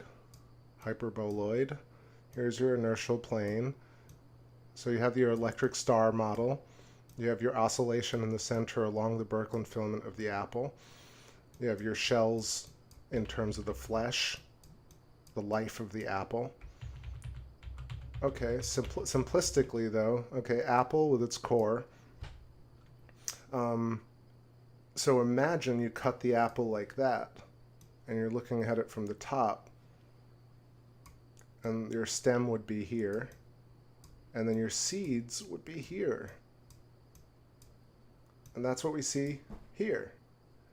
I know it's crazy, but that's the most understanding I've ever had about this structure. I'm like, why does it look this way? Why is it the birthplace of stars? What are these columning nebular clouds? Why do you have blue and then red fringing outside and blue at the center, or closer to the center? Why do you have this very sharp angle right there?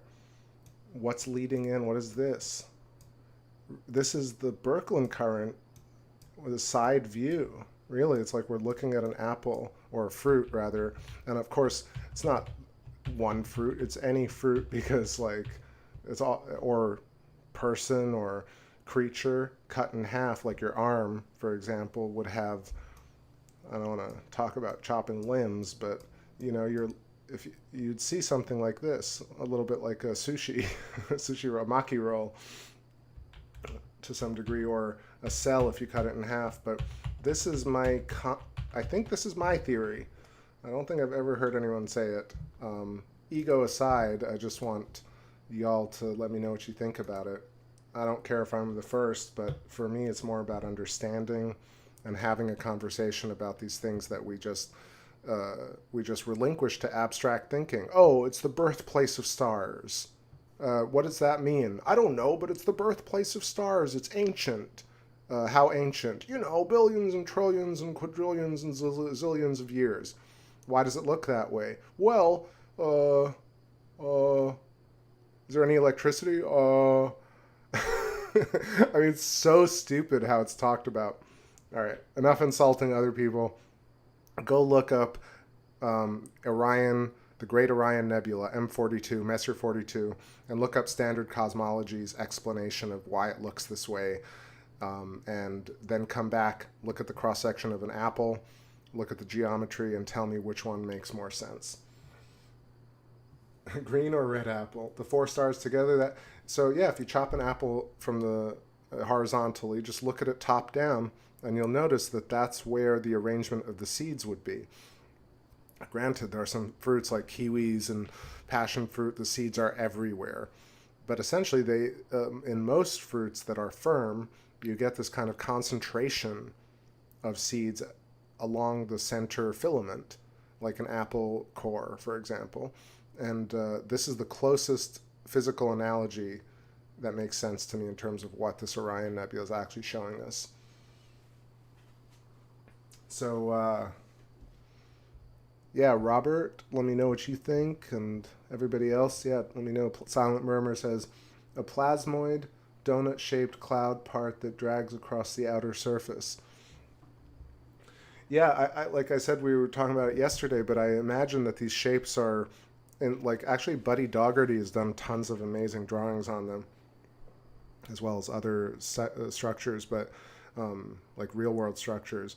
But if you overlap this geometry over and over at different sizes, different dimensions, you end up with highly complex looking shapes that don't immediately scream donut hourglass.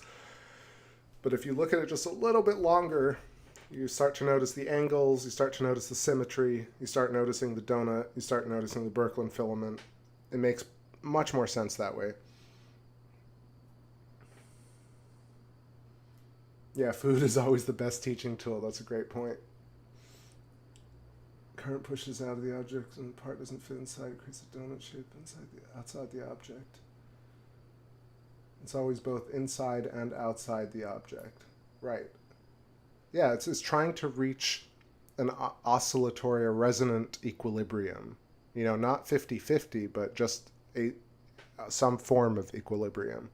And that is actually what's creating this attractive and repulsive force that we see when, you know, for example, if you've ever seen the primer fields, the Laplacian primer fields.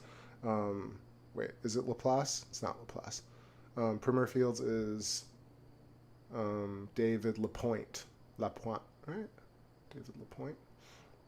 Anyway, the primer fields is just one example where this guy puts magnets in a bowl in a Fibonacci setup, or actually no, they arrange themselves in these in a Fibonacci spiral, and he makes the correlation with, you know, like how a sunflower might look.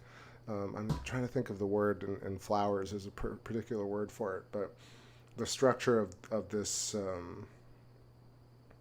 emanation. In fact, if you've ever seen a moire pattern too, nested circles, and you start moving them towards each other and overlapping them, you'll create this sort of nested fractal shape as well. Mary says, are there any tacos that I may have observed? Well, yesterday's moon was a taco. Tonight was a little bit of an overflowed burrito, but yeah, 48% moon is definitely taco-ish. You could say if the moon rang like a bell, it would be a taco bell. UFOs could be tacos.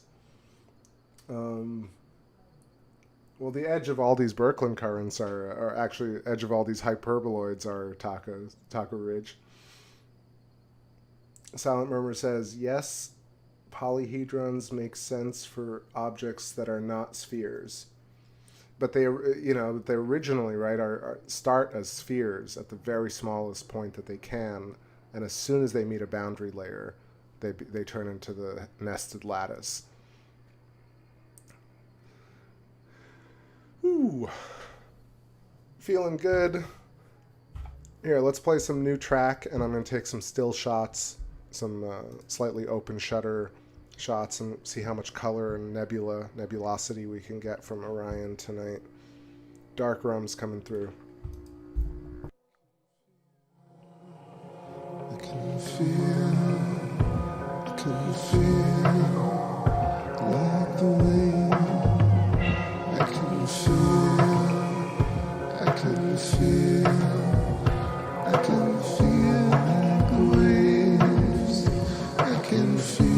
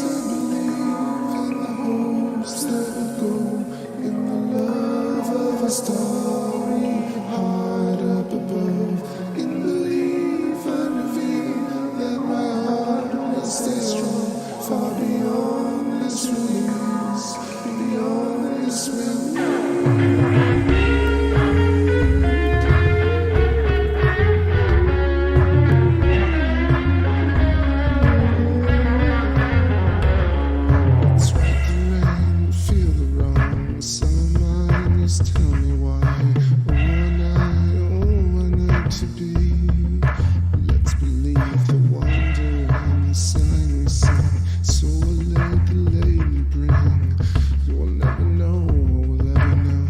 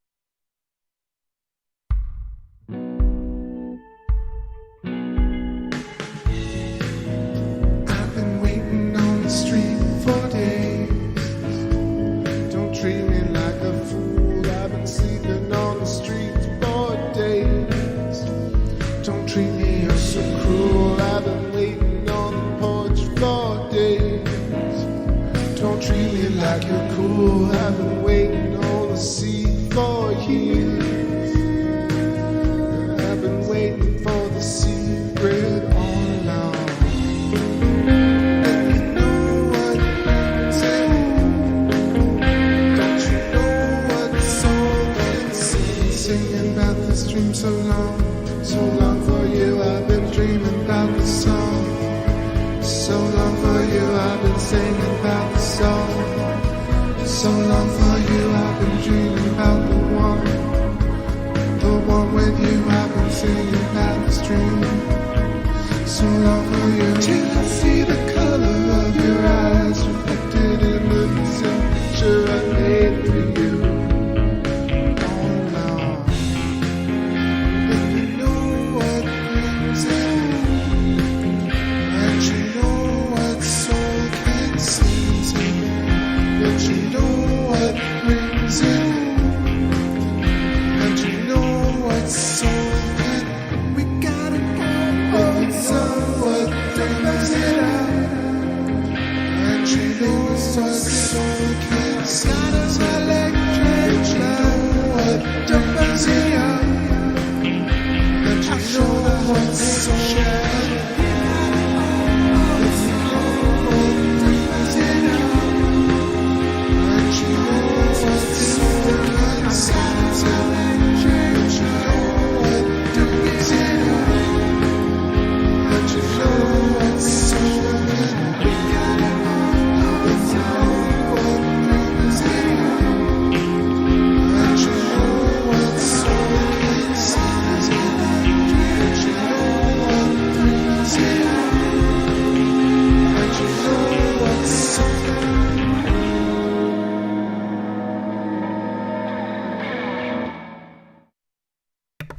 Alright, a couple of tunes there, just hopping in to talk about this shot. So definitely the clearest one in a bunch of nights, probably the clearest one this year. So much detail going on. Again, it's one of those things I start sketching on top of it and it seems like it's this overlapping version of what I'm trying to draw. So you do see very clearly this curve, which is the side of the hypertrochoid. On the left side you see where I drew the curl. That's where I feel like we're viewing Orion at a bit of an angle, right? It's not as clear as seeing the center between Sea of Serenity and Sea of Tranquility, for example, which is very distinct. But here you definitely see the what looks like a wingspan, right? So we're looking almost like the head of the bird right above the brightest point, and then the curved feature of the nebular clouds pinched along the Birkeland hourglass shape, hyperboloid, hypertrochoid, and that's why you see the nebular cloud along this, closest to the center. So I would imagine that Orion has memory of the whole universe, right, of itself. I would imagine you could say that this right here is the top-down view of another Birkeland filament, or that's the Birkeland filament, right? Like maybe it's being impinged upon. This is the other one. Maybe that's what's going on. So there's that one. There's also that one. So yeah, that's how I think we're seeing it. But again, the diamond nature of this makes it such that it can't be coincidental in terms of how much it looks like a lunar feature. It's too obvious that you have this very angular structure right there. Like, what's going on with this? Again, standard cosmology doesn't talk at all about the geometry going on, and also how much it looks like, well, let's say it looks like a bird. Why does it look like a bird here? You know? It looks like a bird because a burb, or a bird, is also grown along a Birkeland filament, right? A bird. And it outlines a Birkeland filament with the tail. Same way like an apple has, well, I was talking about the antenna of a butterfly, kind of does that, and then at the end of it, it pinches. At the bird, the beak pinches and the tail flares, and the wingspan goes out that way. So here, we're looking at it where the tail flares and the beak points, and that's where the wings would be. This is a terrible representation of a bird, but y'all know what I'm trying to hint at here. Actually, I'm not hinting, I'm very blatantly drawing it, but but I'm almost certain this is why birds look the way they do, and that's why you see the periodolia. This is not coincidental or mind playing tricks on you. Space tricks. Space madness.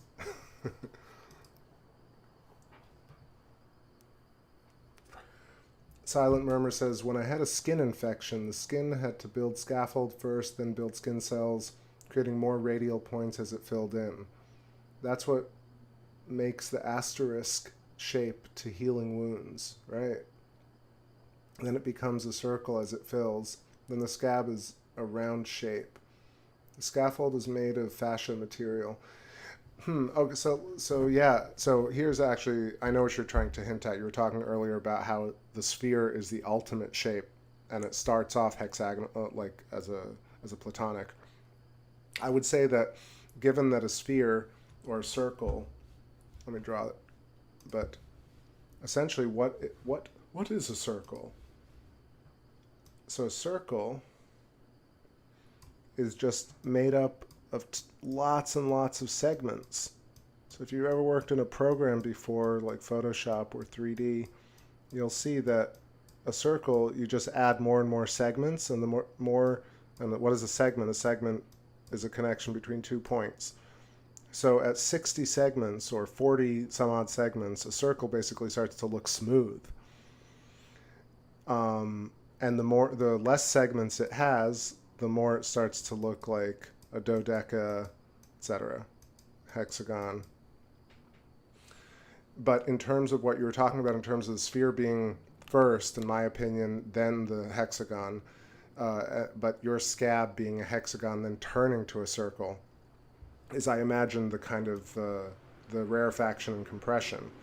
So what happens is, at the very smallest point, it's circular. Circle grows even more, right? But then once the circle hits other circles that have also grown, you get this kind of thing where they reach boundary layers, pressure mediation per Ken Wheeler, and they start to find attraction. Well, they mutually mass accelerate towards points that exist between the two.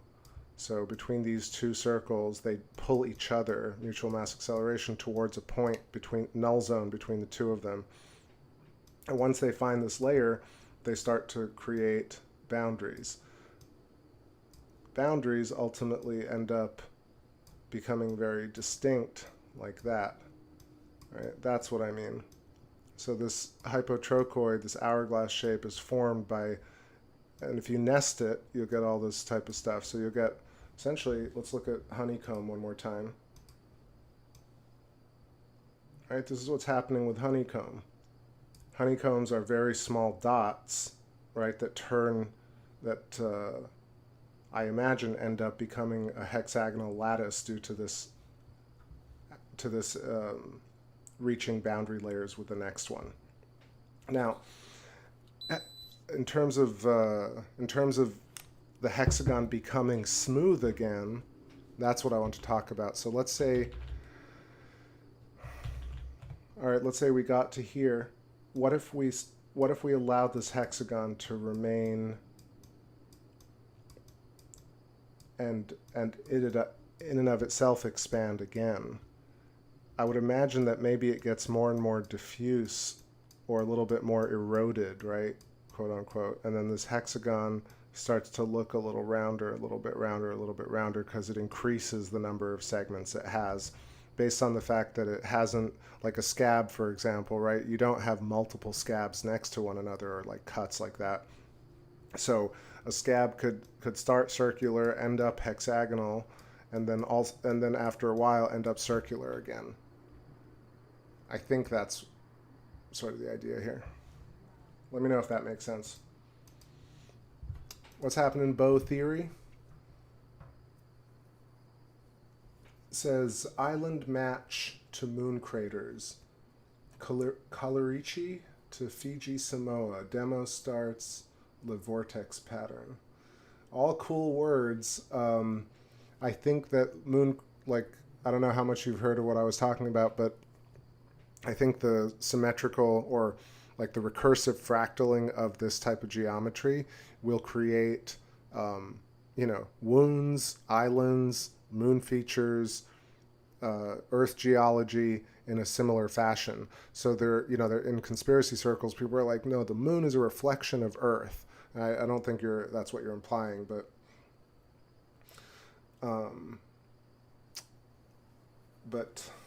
Bo is saying, let's see. Yes, what you're saying is why there are round edges on the fault lines. Yeah, I imagine it's due to the fact that there is that kind of rarefaction compression. So circles turn to hexagons, back into circles, back into hexagons, in terms of these wave fronts or plasma layers. I'm going to elaborate on that a bit more as I process it, but at the very fundamental level, that's what I'm recognizing. Copernicus to Fiji. Right, so like I was saying, I think volcanoes on Earth and structures on the moon, like Copernicus is so specific looking, right? It is a hexagon. It's got the kind of pulled, almost like a pimple in a way, raised regions around it.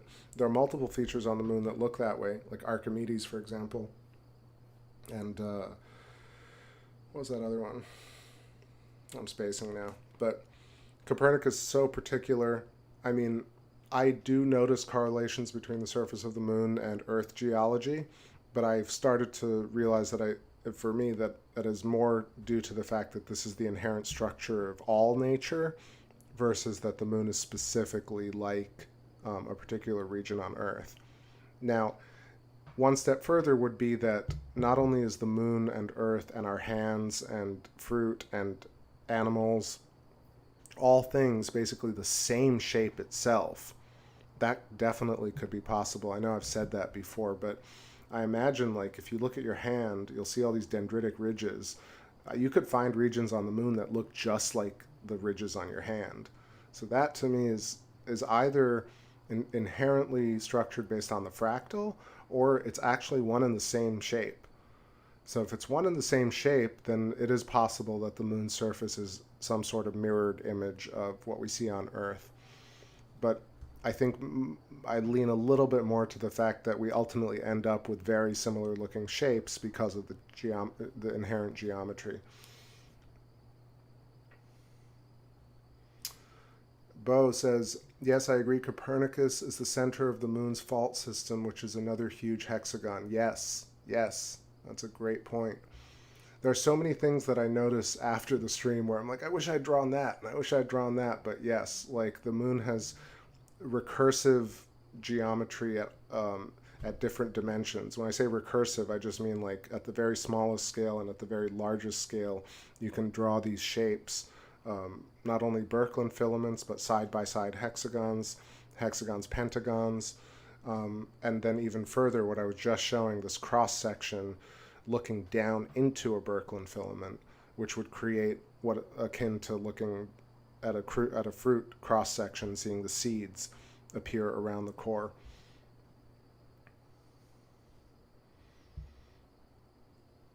Bo is saying, yes, the pattern is absolutely universal. The craters on the moon align to other islands on Earth.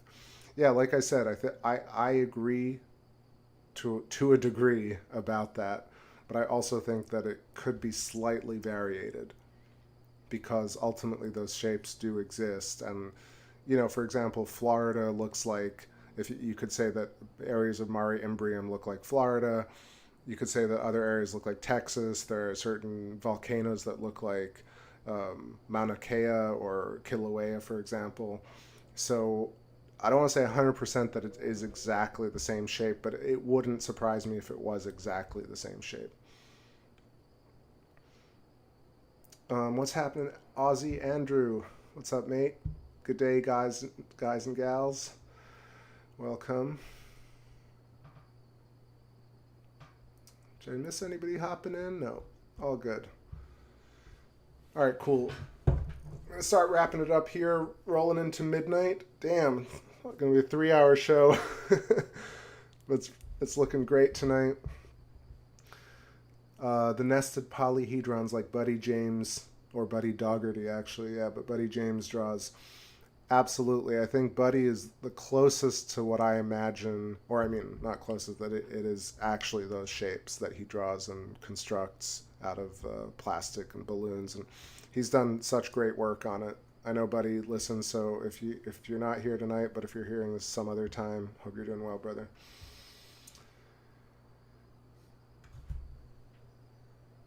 Bo Theory says, it is the fractal pattern. The mare shapes on the moon also match continental land formations. When you can, please check out my video. All right, I'll hold that up for later. Yeah, that's a great point. Like, I've definitely said it before. Like I said, I just didn't want to make, like, this is 100% exactly right like that. But I've definitely seen that correlation. Definitely seen it. Robert Gaia, thank you so much. All of y'all leave me such nice comments. And this chat room is really the coolest place to hang out for space. And y'all make it. So, yeah, tonight's been super fun. I'll be back again tomorrow, day after, depending on the weather. But tonight's been, like, really extraordinary visuals. I don't know if I got Uranus in the beginning. Definitely saw some Mars at the first 10 minutes of the show. I got some Mars and I was kind of scoping around trying to get Uranus, but again, very difficult with the 8-inch and hazy skies to really capture anything like that. I might have gotten a shot of it, might have not.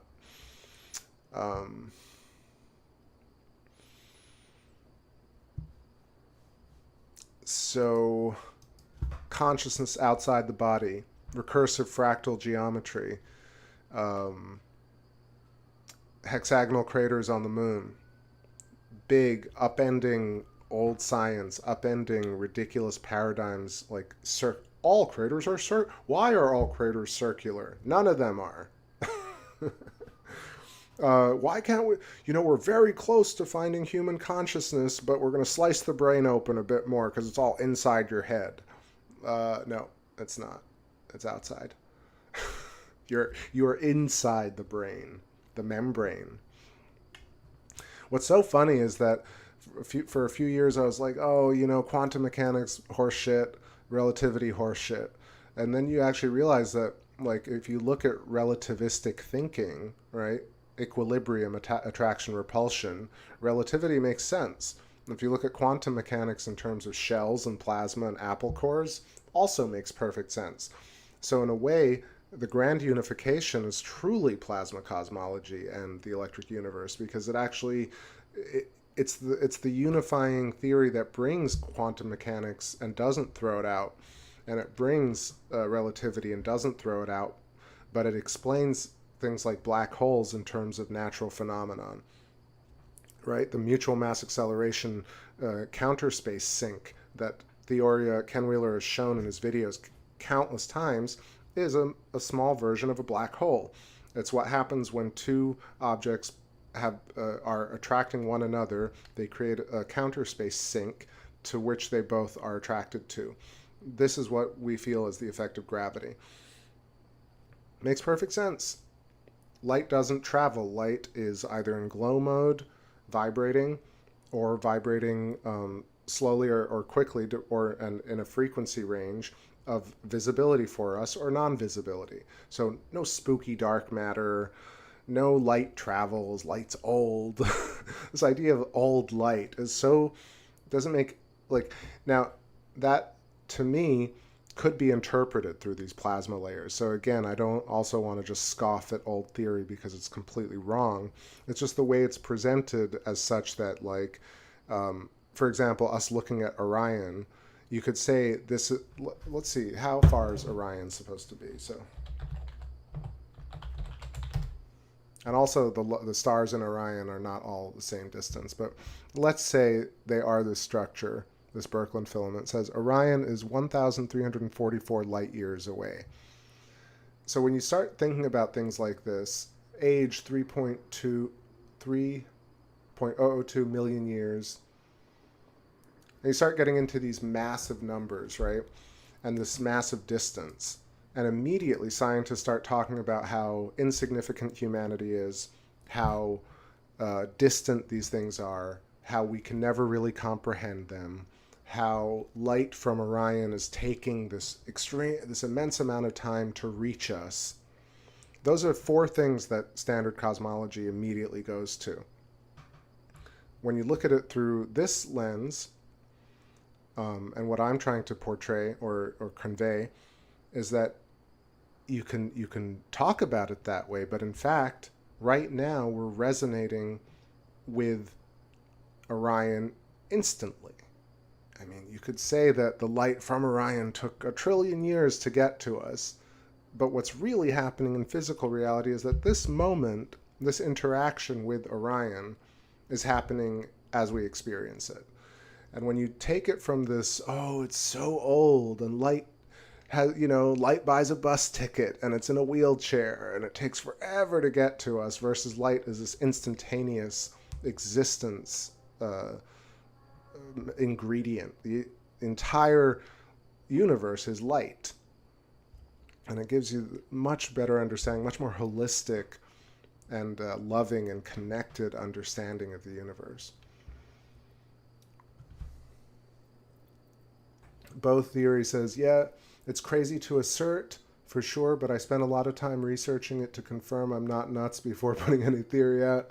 You hear that? Totally incorporates all the brill and current stuff. Hey, I hear that. Like I said, I've definitely looked at them. I mean, I'll give you an example. So we're looking at Orion here. If you look at Mare Imbrium, the Apennine mountain range looks just like this, actually. That's what's really insane. So I think that, but I also, again, I think that's due to the fact that the Apennine mountain range impinges the matter upon, closest to the Birkeland filament along the hypotrochoid. Same thing that's happening here with the nebular material, like being not forced, but being impinged upon by the counter space along the dielectric inertial plane along the Birkeland filament. So, but yeah, I definitely see that connection as well. So I don't think you're nuts at all. Let's see. Aussie Andrew says, I don't want to be rude, but are there any flat earthers here? Well, this channel is definitely not a flat earth channel, but I know that some people are flat earthers in the channel, but I don't think, I don't think so. I don't necessarily talk about it, but I definitely show that spheres exist, and really the simple proof of that the Earth is not flat is that you can do nothing with that information. It's not a scientific theory if you cannot extrapolate any new data from it. That's really the simple answer.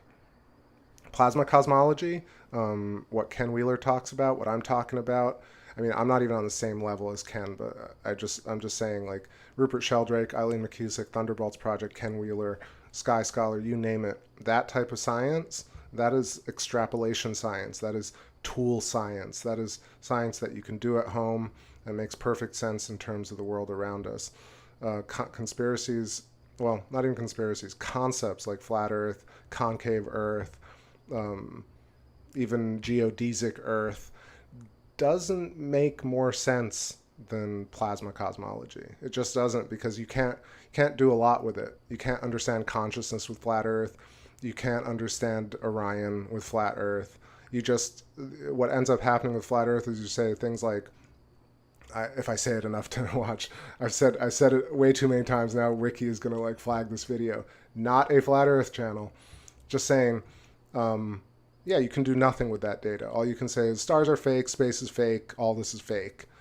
Plasma cosmology, you can explain why structures look the way they do. You can explain how consciousness works.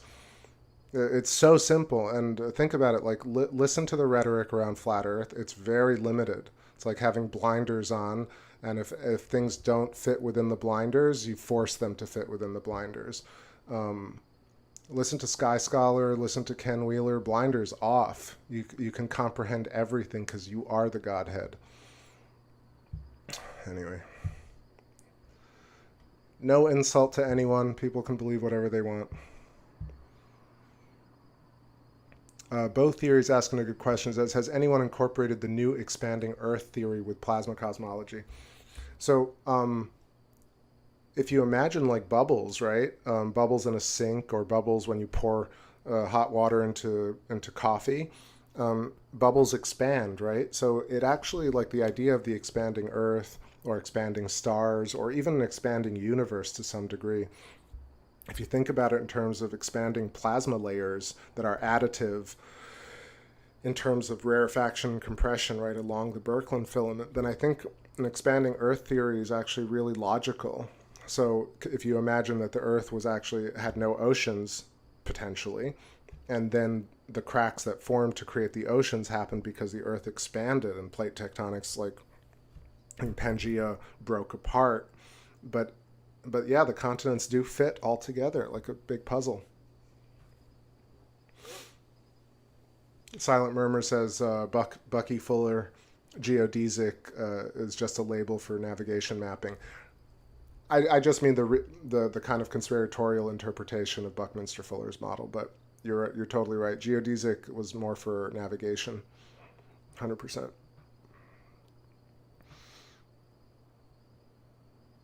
Bo Theory says, I think the oceans came from the moon. So that's where I don't know. I mean, because in Electric Universe, there are ideas like Velikovsky mentioned that maybe Saturn being a brown dwarf star and us being within the Saturn purple dawn sheath of Saturn. This was the analogy to the cracking the sky open when we first saw space, when the brown dwarf Saturn exploded due to an intense discharge of a passing by sun, or maybe Jupiter. There are a lot of kind of, Tess Clark has a great idea, Tess Mythos. Tess has some ideas that it was really Uranus. Others think it's Saturn or Jupiter. Now, which one it is specifically, I don't know, but that is a great idea that, we got water from our mother star, right? That would make sense. And if that was Saturn, that would make sense. If it was Uranus, that would make sense. The rings, right? Rings around these planets. Even Earth had rings, or has rings, would indicate collapse of a bubble sheath or layer, or potentially impingement along a dielectric inertial. So maybe the oceans came from the moon, but maybe they came from Saturn. So not 100% on that one. It's definitely... Bo Theory says they were equal sized initially, so couldn't actually collide. The plasma exchanges expanded the Earth as they were mutually tidally locked over the Pacific. That's a good idea, actually. I've never really thought about it like that necessarily, because I think where I go to with the moon is that there was something to do with Mars.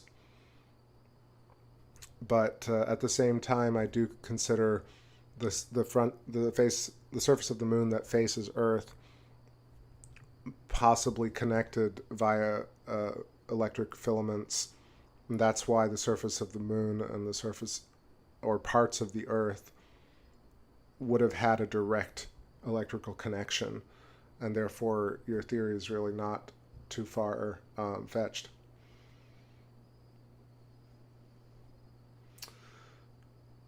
Silent Murmur says, I think it was Uranus because it orbits sideways. Yeah, it has an irregular orbit. Yeah, Tess has some very convincing evidence that it was Uranus and not Saturn. But just the idea of Earth being like a smaller planet inside a larger bubble, right? And then the bubble burst and we could see the rest of the stars. That's a really logical story, I think. All right, y'all. That's it for me tonight. very good thinking, very good discussion, and I really appreciate everybody's presence and comments. Please leave me notes in the videos. I know that sometimes I don't answer, but I do read every comment. If you love this channel, please support it by checking out my music, but also support it by checking out the links in the description to other Electric Universe channels, people like free thinkers in this area.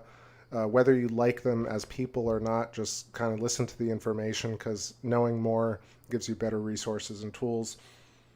Definitely check out Eileen McCusick. I don't think I've heard her say anything that I don't absolutely agree with fundamentally. Same thing with Rupert Sheldrake. He's been on it for 40 years, hanging out with Terence McKenna, explaining how cymatic patterns and how telepathy could really work physically. Rupert Sheldrake, Eileen McCusick, Sky Scholar, Pierre-Marie Robitaille, who talks about the liquid metallic hydrogen sun and lattice structure. So important. Let's see. NGC, are you reading this? Did I miss something? Sorry.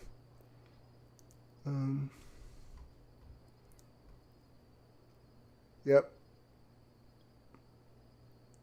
Yeah, good stuff. And what else? Let's think about this for the next time, which is, okay, why do we have the trapezium cluster? Is it really because we're looking at a cross section of a Birkeland filament or limb, right? What are our limbs grown along Birkeland filaments, right? That to me makes sense. And then also look at the images of the moon from earlier, because I drew a lot of interesting shapes on it, especially the one where it's a twisted filament right under Eratosthenes.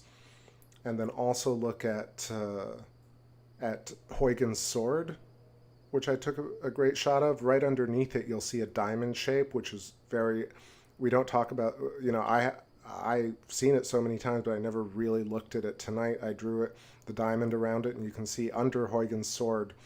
So fascinating that diamond shape occurs.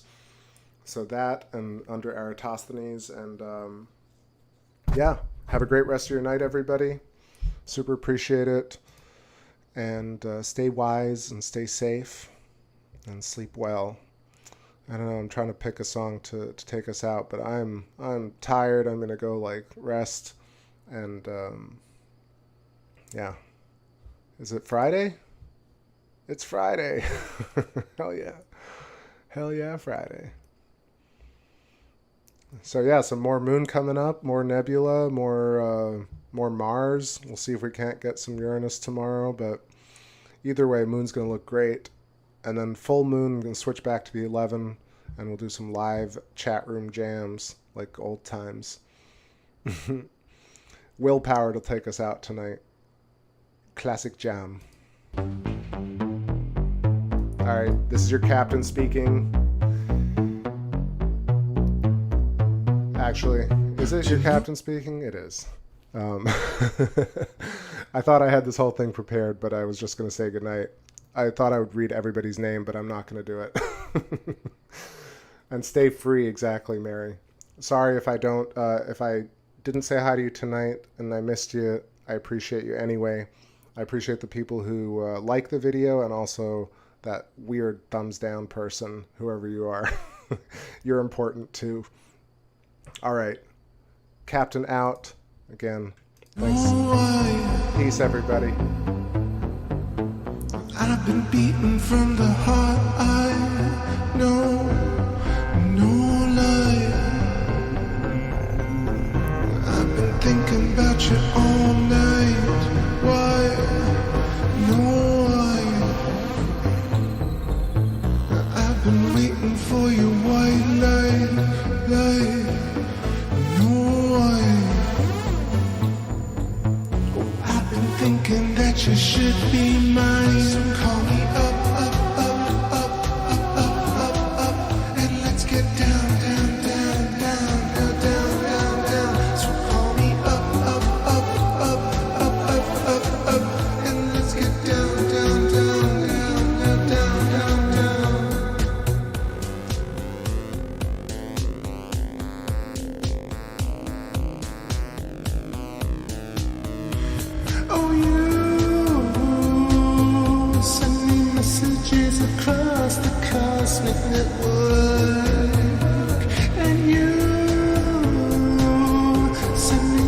messages from across the astral plane.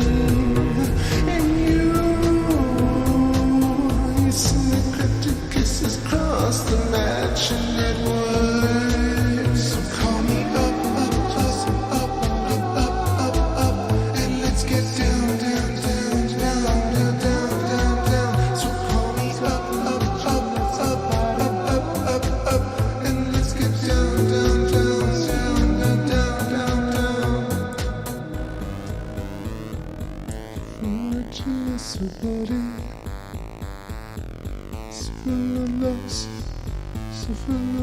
somebody.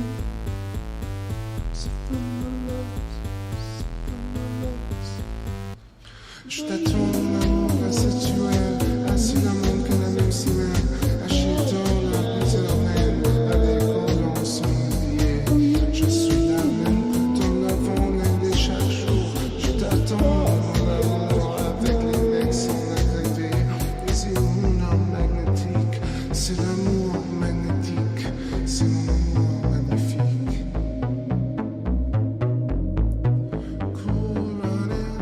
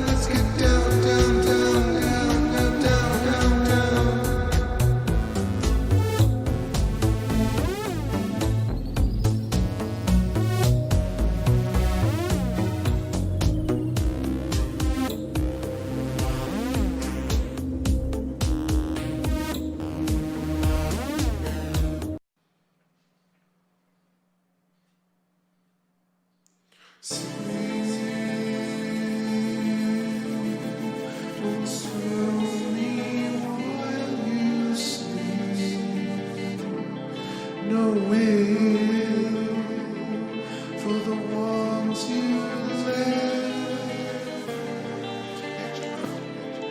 and I crawl upside you. Fly, you're my hurricane. No sleep when I lost you. No sleep when I lost you. You're my